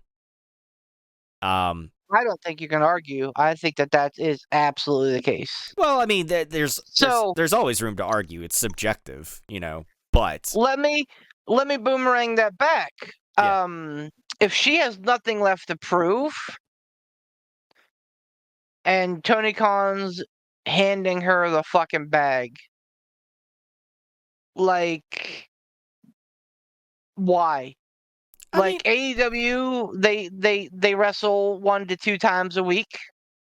They don't have house shows, right? So she would get more time with her family. Tony Khan is gonna be offering way more money in WWE, and again, I don't think she has anything left to do in WWE. I think once you've won both titles at WrestleMania, it's all downhill from there. Yeah, I mean, I honestly feel like Seth probably plays a big part into it because maybe, but like, if Brittany came home and was like, "Hey, I got an offer to work for, your company's biggest competitor," and I'm not gonna say what my company is because I don't want to fucking get into it, but like, if if she's like, hey, I want to, I got an offer to come, and I realize it's not the same fucking thing, but to make a similar overture, like if she was like, I got an offer to work for your company's biggest competitor for like big dumb money, and I'm only gonna work 3 days a week, and or fucking 2 days a week, and like whatever. Why would I say, nah, babe? No, like, come Seth Rollins, I'm like, you do you. Like, go and achieve and be the greatest women's wrestler of all time, Yeah, but that's you. undisputably. That's you, and Seth is a lot different, and he's expressed his opinions before. Let me back up a second and say, like, while Becky, in my opinion, doesn't have a whole lot that she really has to prove, like, I still feel like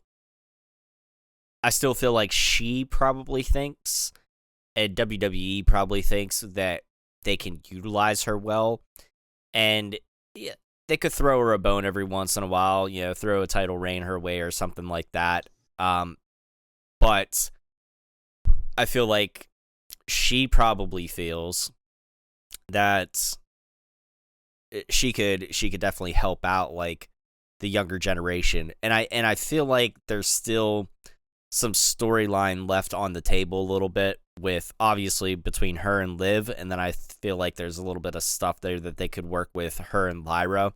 Like, you could have Becky come back after a little while, and wherever the women's tag titles are at that point, you could have her and Lyra, build them up as help build Lyra up a little bit and stuff like that, depending on where they are with her creatively or anything like that. Because like I had mentioned before, it didn't surprise me the fact that that Nia Jax won and not Lyra for Queen of the Ring. I feel like Lyra still has plenty of time to grow into whatever they're gonna do with her. So yes, they brought her up to the main roster, but she's not somebody that immediately struck me as like, okay, strap a rocket to her back. Like, if they would have brought Roxanne Perez up, then it's a different story. But like, Lyra is still somebody that has room to grow, and I feel like when Becky would come back, like, there could be some sort of, mentor-mentee story there going on or whatever. But there's still some things that you could do with Becky. I just feel like she just probably needs a little bit of time off. Like, she could be a little bit banged up for all we know. I mean, or she could be going home to help Seth while he, rehabs and trains and stuff like that, because he's coming back from fucking, grade 2 MCL and meniscus tear. So, he's been laid up. I mean, there's a whole lot of reasons, but for So I hear that, and like I understand that Seth is like staunchly WWE. right. That wasn't always the case, though. I think when he was in Ring of Honor, I don't think that he was so like brand loyal. Like, of course he's gonna be brand loyal now because they're paying him fucking millions of dollars. They're treating him like, a wrestling god, and he's pretty fucking close. The other thing that I want to kind of point out here is that, like, outside of Punk, and I won't even say that Punk has gone out of his way to fucking like smite AEW, really. I think that he was asked a question, he responded honestly to it. For the most part, I think that he's been very chill about it. Like, other than like Pat McAfee throwing some bars here every now and again, other than the occasional offhanded comment from Triple H because he's bitter that he lost the Tuesday Night War or the Wednesday Night War, like, for the most part, wrestlers are happy for wrestlers. They want to see him succeed regardless of how that success comes. To me, if it's a big disparity what Tony Khan offers versus what WWE offers, and reportedly that's going to be the case. Like reportedly, Tony Khan wants to fucking pay her. And like it's already being said that he wants to pay her, make her the most well-paid women's wrestler of all, in history, which would top Mercedes' recent contract, which I think was like 10 million. So that said, like if he's willing to fucking go hard,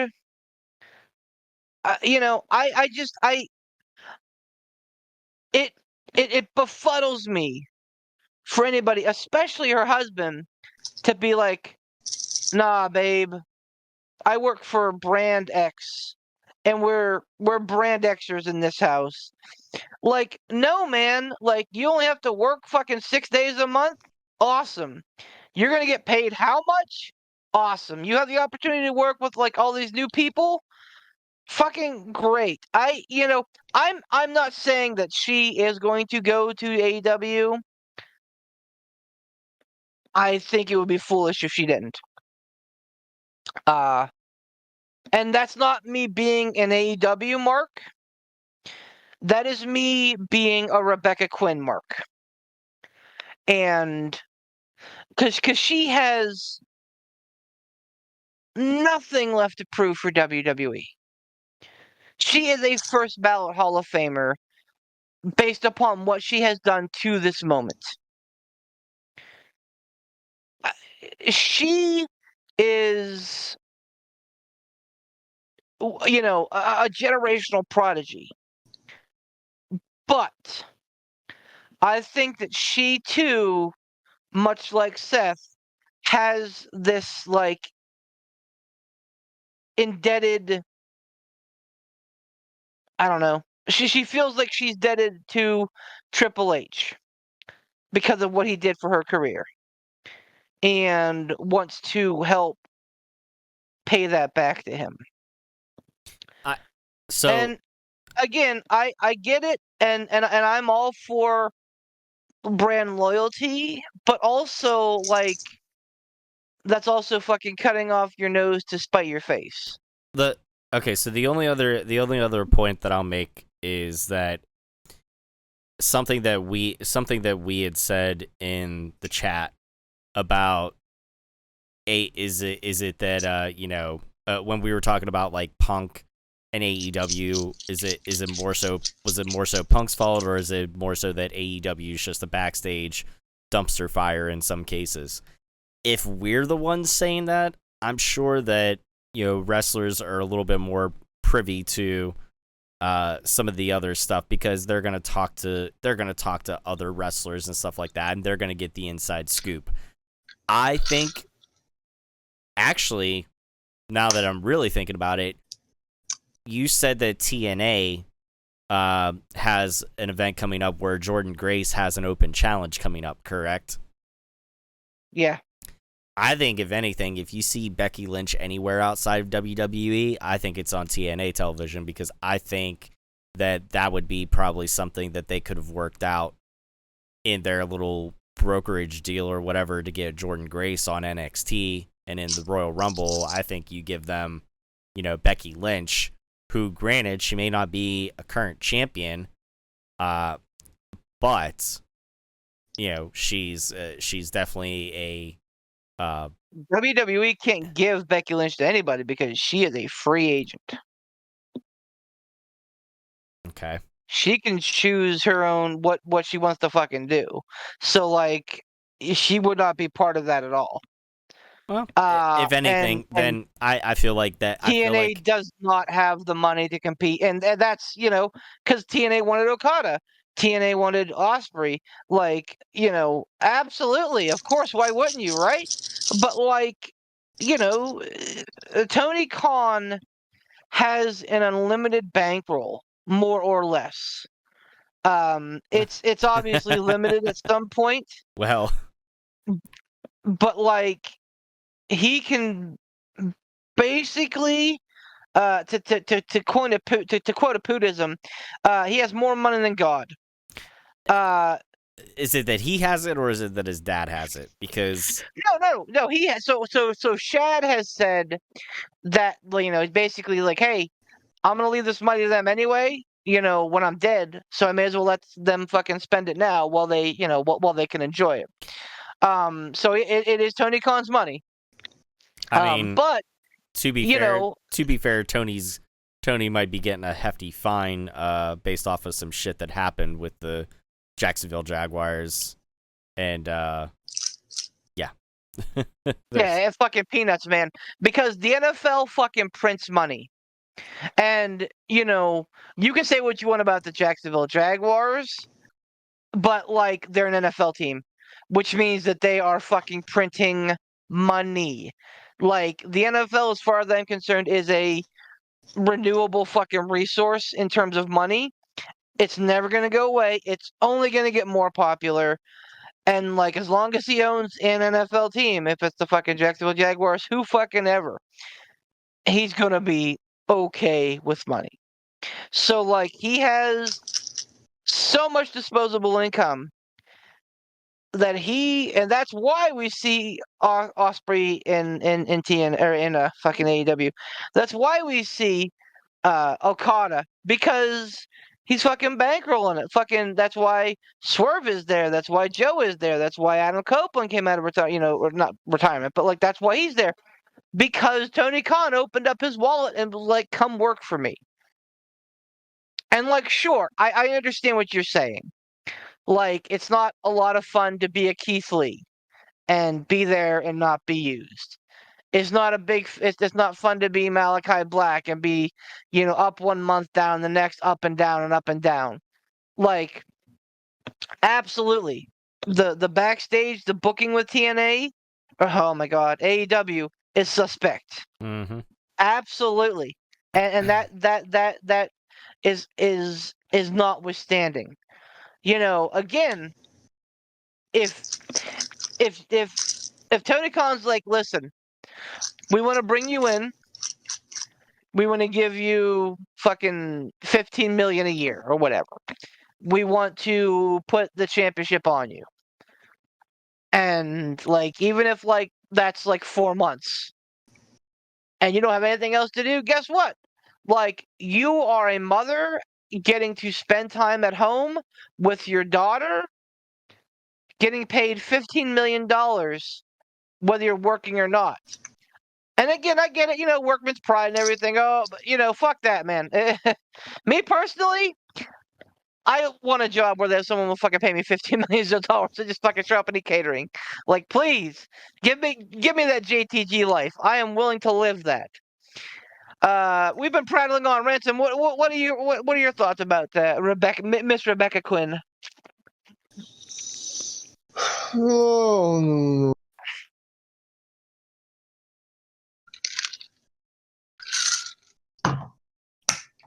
Thanks, everybody. Bye. I don't think she goes anywhere. I really don't. I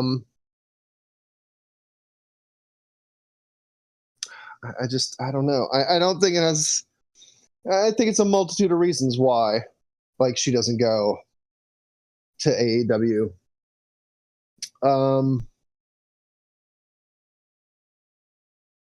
I mean, her husband's in WWE.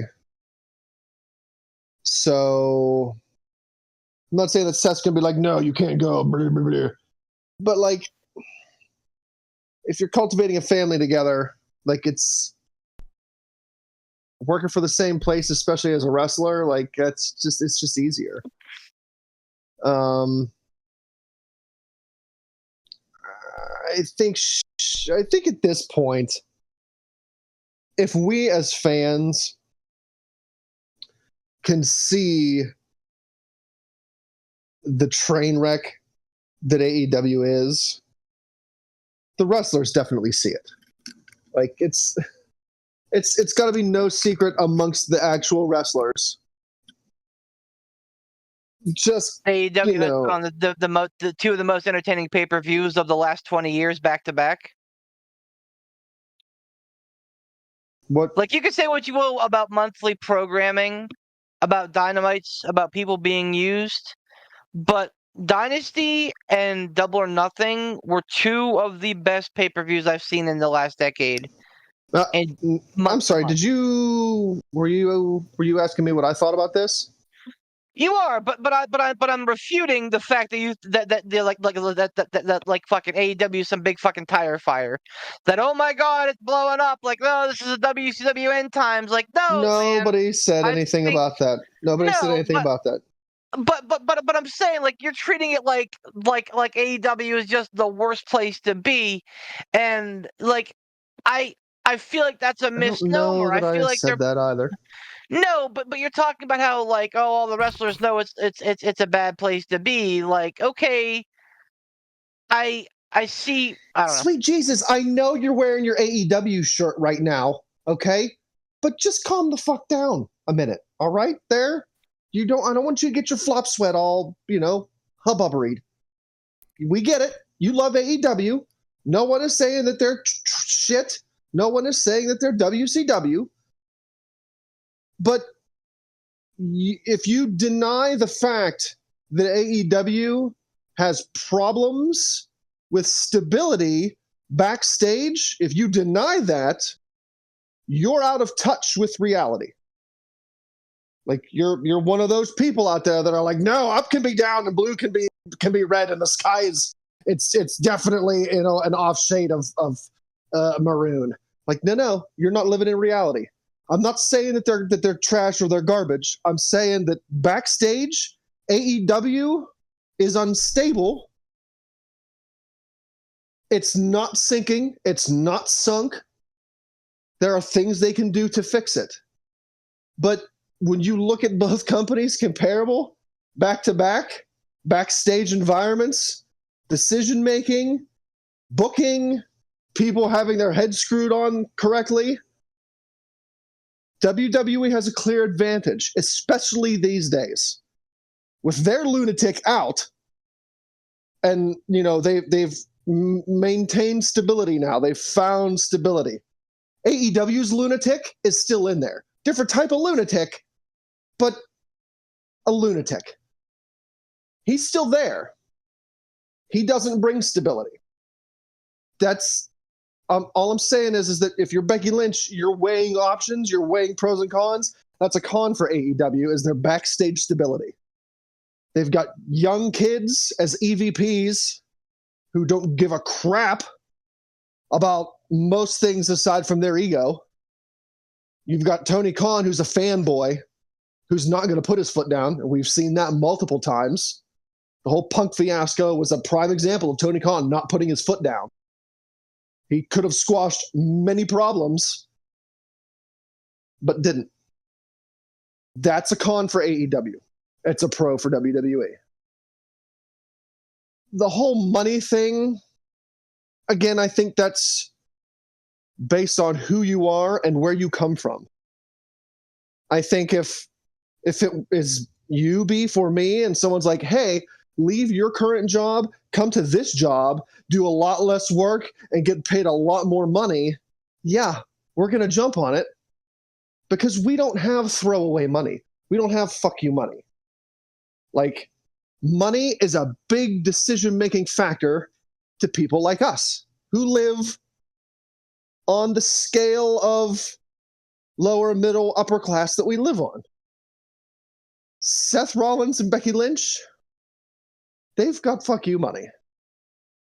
Becky Lynch doesn't need to look at Tony Khan and go, oh, you're offering me dump trucks full of money? I'm going to go here. I got to go here. Look at all this money. No, they have it. They have the money. So I really honestly think that is a moot point for Becky at this point. Yeah, she could be making more there than she's making in WWE, but does she need to? No. Does she want to? Don't know. And, I think she's, going to weigh the pros and cons of like, okay, if I go here, I'm away from my husband, I'm away from my friends. Okay, I get more time off with my family, but if my husband's working, well, I'm not going to be spending it with him anyway. I don't know. I don't necessarily know that there is enough pros on Team Powdered Donut TK to entice Becky to walk away from WWE. And you could say, like, oh, well, she's done everything she can do in WWE. Great. Well, essentially, so is Roman Reigns. Should Roman go to AEW? No. No. Don't. I don't think he should. Seth has been all the champions. Should he bugger off and go to AEW? Oh, I don't think so. I have no idea what she's going to do. I'd be a little surprised to see her go to AEW. I wouldn't be surprised to see her do a couple one-offs here and there, if her contract's expired. But honestly, I would more than not have expected something to already be worked out between her and Triple H. Like, you want to take some time off? That's fine. Here's the deal I've got for you. What do you think of this? Like, I'm willing to bet they have something out already. And if she already hasn't signed it, she's going to after she takes some time off. And I don't even think Triple H at this point, what with Jordynne Grace appearing on NXT, I don't think Triple H would say to Becky, you can re-sign here with us, but you can't. I will refuse to let you appear anywhere else. Like, I don't think that's going to happen. I bet if Becky wanted to go and do a match at TNA, I bet Triple H would absolutely endorse that. Hell yeah, go do that match over there. I think there's also another factor too in what you were saying to it, Ransom, is it's all about the X Factor. is that when you're looking at something like this too, there's the factor of the people that want to hone their wrestling craft and just be better all around wrestlers, whether that be in ring or whatever the case may be. And this is not me. Being a complete AEW naysayer poo-poo on them. Like Ransom said, they got some backstage issues, but they still obviously put on very good, very entertaining shows. They have very talented, individuals wrestling in that company, for sure. I'm not denying any of that. But overall, I believe that if you look at the women's division in WWE, the combination of NXT and the main roster versus the women's roster of AEW, I feel like the AEW women's roster would be a little bit beneath Becky. And if you want to get better as a wrestler, you have to be in the ring or on the mic or both with people that are as good, if not better than you. That's the only way you get better. You don't get better by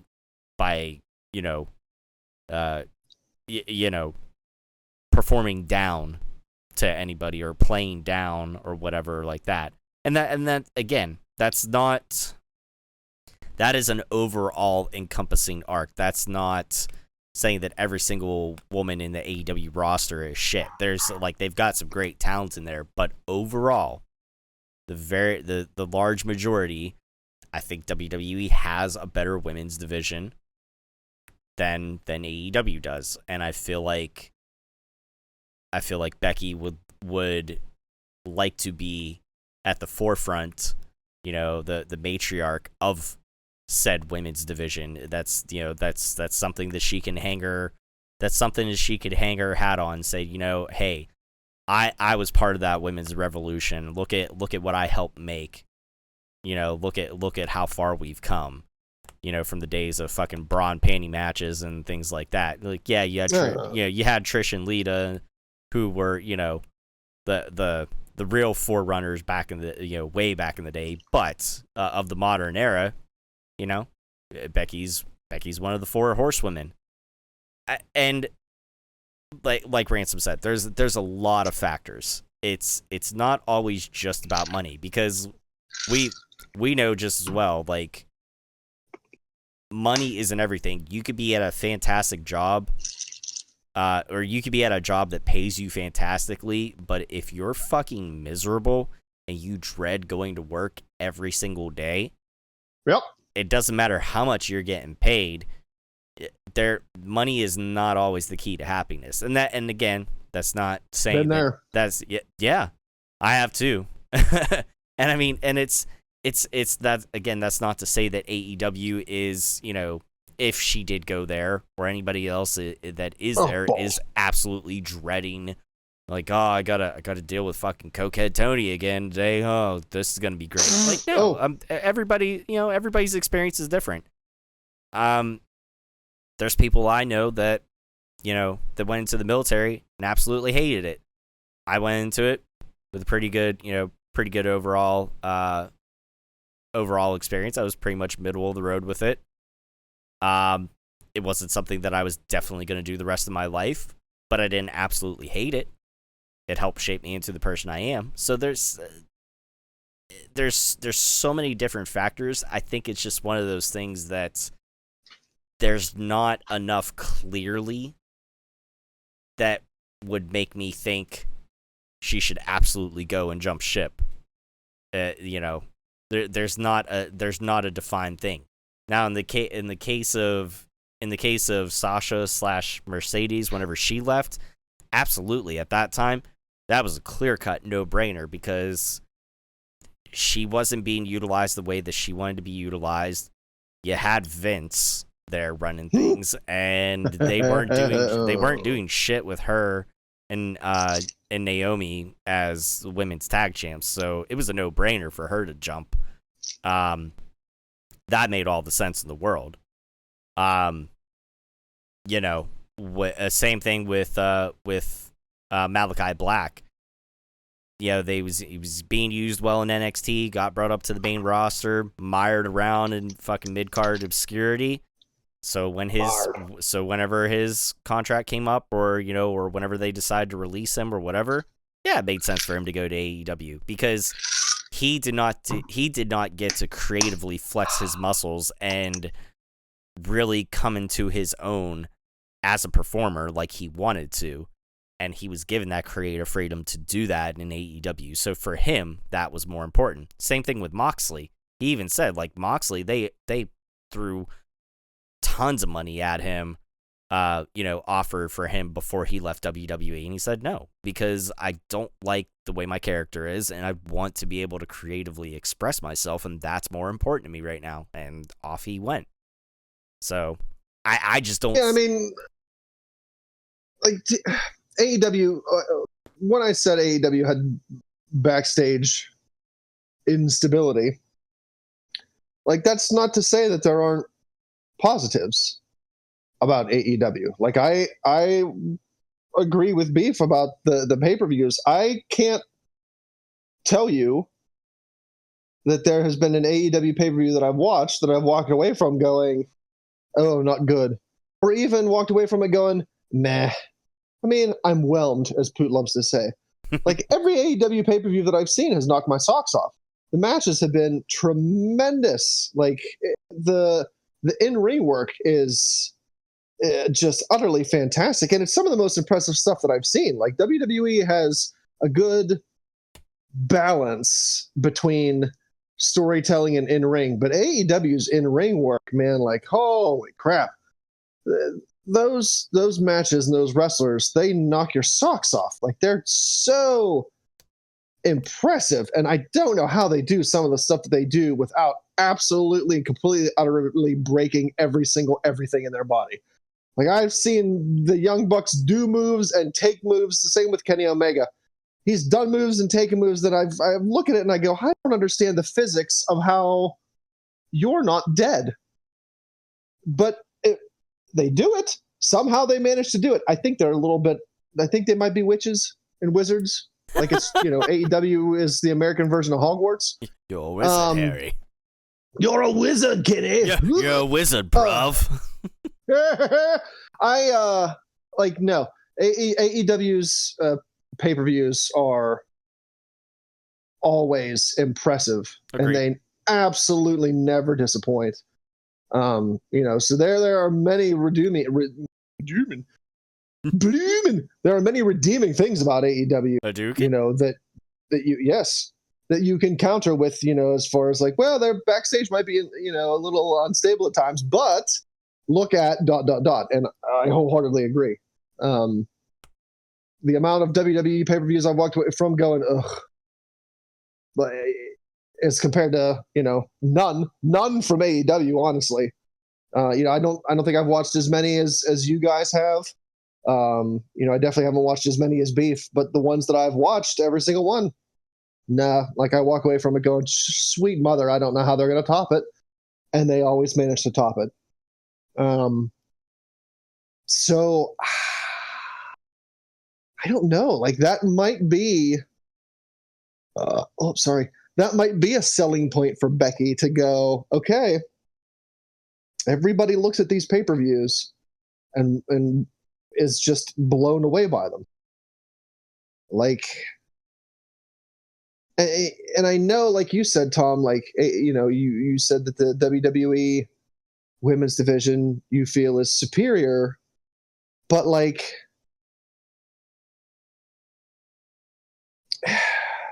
I'll jump in on that real quick. I don't think that's the case. I think that, gun to my head, AEW women's division might be a little bit better right now than WWE. Right now. However, I will say that WWE is poised to have the best women's division in the world for a long time to come. So like right now it's negligible. It's 1A, 1B. I don't think AEW is set up for success in the future. I absolutely think that WWE is. But if you have like Becky going to AEW with like if you put her on a level above everybody else in AEW, sure, she might not get better by the whole like logic of like, well, you have to be in the ring with people better than you to get better. Iron sharpens iron. Right, but if you've got Becky sharpening all the other people that have to wrestle up to her level, that's a lot of people that have the potential to get better wrestling Becky Lynch and talking with Becky and learning from her. Like, I don't know. Like, well, I mean, like Beef said, AEW might not have that bad of a women's division as compared to WWE, and WWE is set up for a successful future, but maybe Becky could be the piece of that puzzle that turns the tide for AEW, like she could really help a lot of people get a lot better. And I know we always say that though, like anytime a veteran goes somewhere, you're always like, oh, well, like they can elevate these talents and elevate these talents, blah, blah, blah. And it's like, well, I think we always hope for that, but I don't necessarily know that we always see that though. Like, I don't know. I've seen a lot of people go over to AEW going like, man, they can put these guys over and do this, that, and the other thing and make it really great. And well, did they though? And I don't know that they did. Like, they're having fun, but are they? I don't know.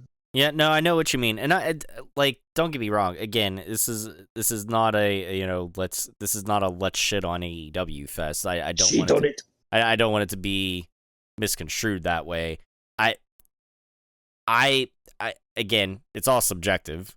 But as far as like me saying that I feel like the WWE women's division is better than AEW, I mean, we'd really have to break it down.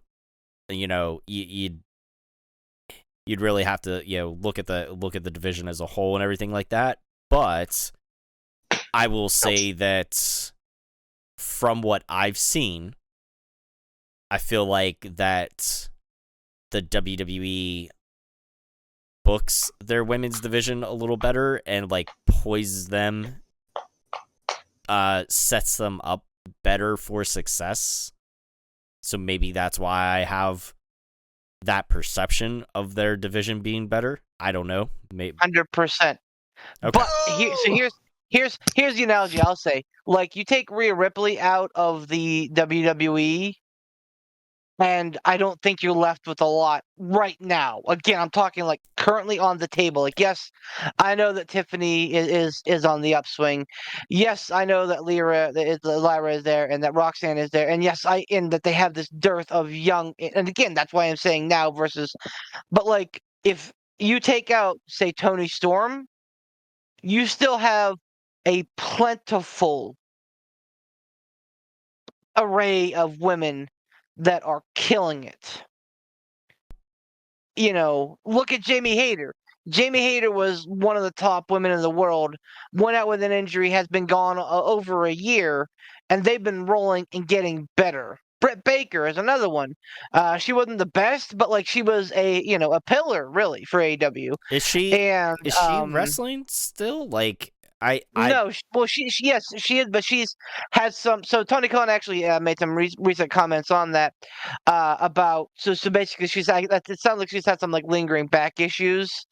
Okay. So really, again, because right now they are fruitful. Because right now, and like for the longest time, what do we say that AEW's women's division was the thing kind of holding them back.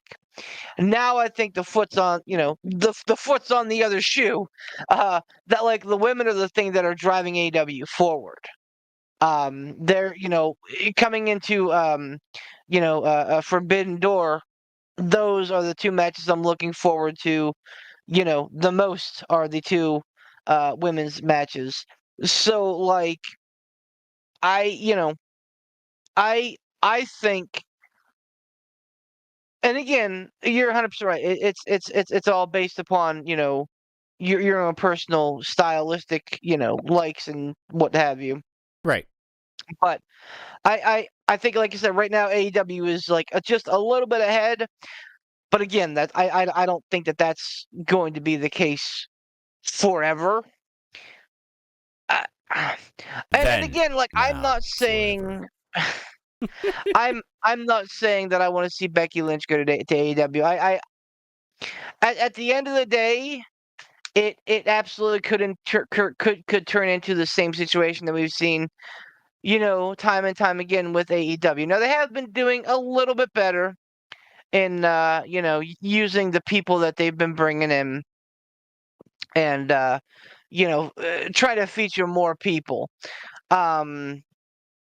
And it's got to be a very difficult road to walk, keeping the original happy, and making sure that you're pushing your people, making sure that you want these people, your Darbys and your Jack Perrys, your MJFs, making sure that they are getting center stage. But also, like, let's look, like we can also feature Mercedes Monet and Tony Storm and Adam Copeland and Christian Cage and these cast-offs from WWE, as well as like the classics like Bryan Danielson, Samoa Joe, and yes, I do consider those guys classic now. Like it is absolutely a very difficult thing to do. I think they're managing it better, but yeah, I think at the end of the day, and we've said it a million times that until Tony Khan has a team that is helping him, which I think Christopher Daniels is starting to like morph into that role, which I'm all about. And until he has people really kind of helping him with that, they're going to be at a little bit of a disadvantage. So it definitely comes down to a personal preference, and I guess to Ranto's point, like when you have the kind of money that Seth and Becky have, it's probably not a big deal. Mm-hmm. It's the money aspect is probably not something that's going to factor in. I mean, but at the end of the day, more money and less working days. For I think 98% of the population is going to be more incentivizing. But again, I don't have that kind of fuck you money to be able to make that decision. So let's not beleaguer the point that it's Seth and Becky are riding comfortably. I'm sure they've got very nice amenities as far as travel and stuff like that. They don't have to worry about running into a situation like the boys did. So Nobody's at the airport to pick me up. Well, hey, I would. They left me in London. I would love to hypothesize some more, but in London. But we are well over 2 hours here, so I think it's time to wrap things up. And I call it. Ransom. Oh, okay. It's my turn then, Ransom. Okay, yeah. Oh, yeah. Is that a good Poot impression? I'm out of breath now. I don't know how he does it. I don't know. Then how I he does think it. if you're out of breath, then I think it's a good Poot impression. Well, okay, that might be it. Hey, sponsors in the comments, go do the thing and check them out. They for Beef the Legend over there, Tiger Bomb Tom over there, and for Ransom over here. And remember, the next time Poot the Bard's on the show, it'll be a show with Poot the Bard on it. Thanks, everybody. Bye.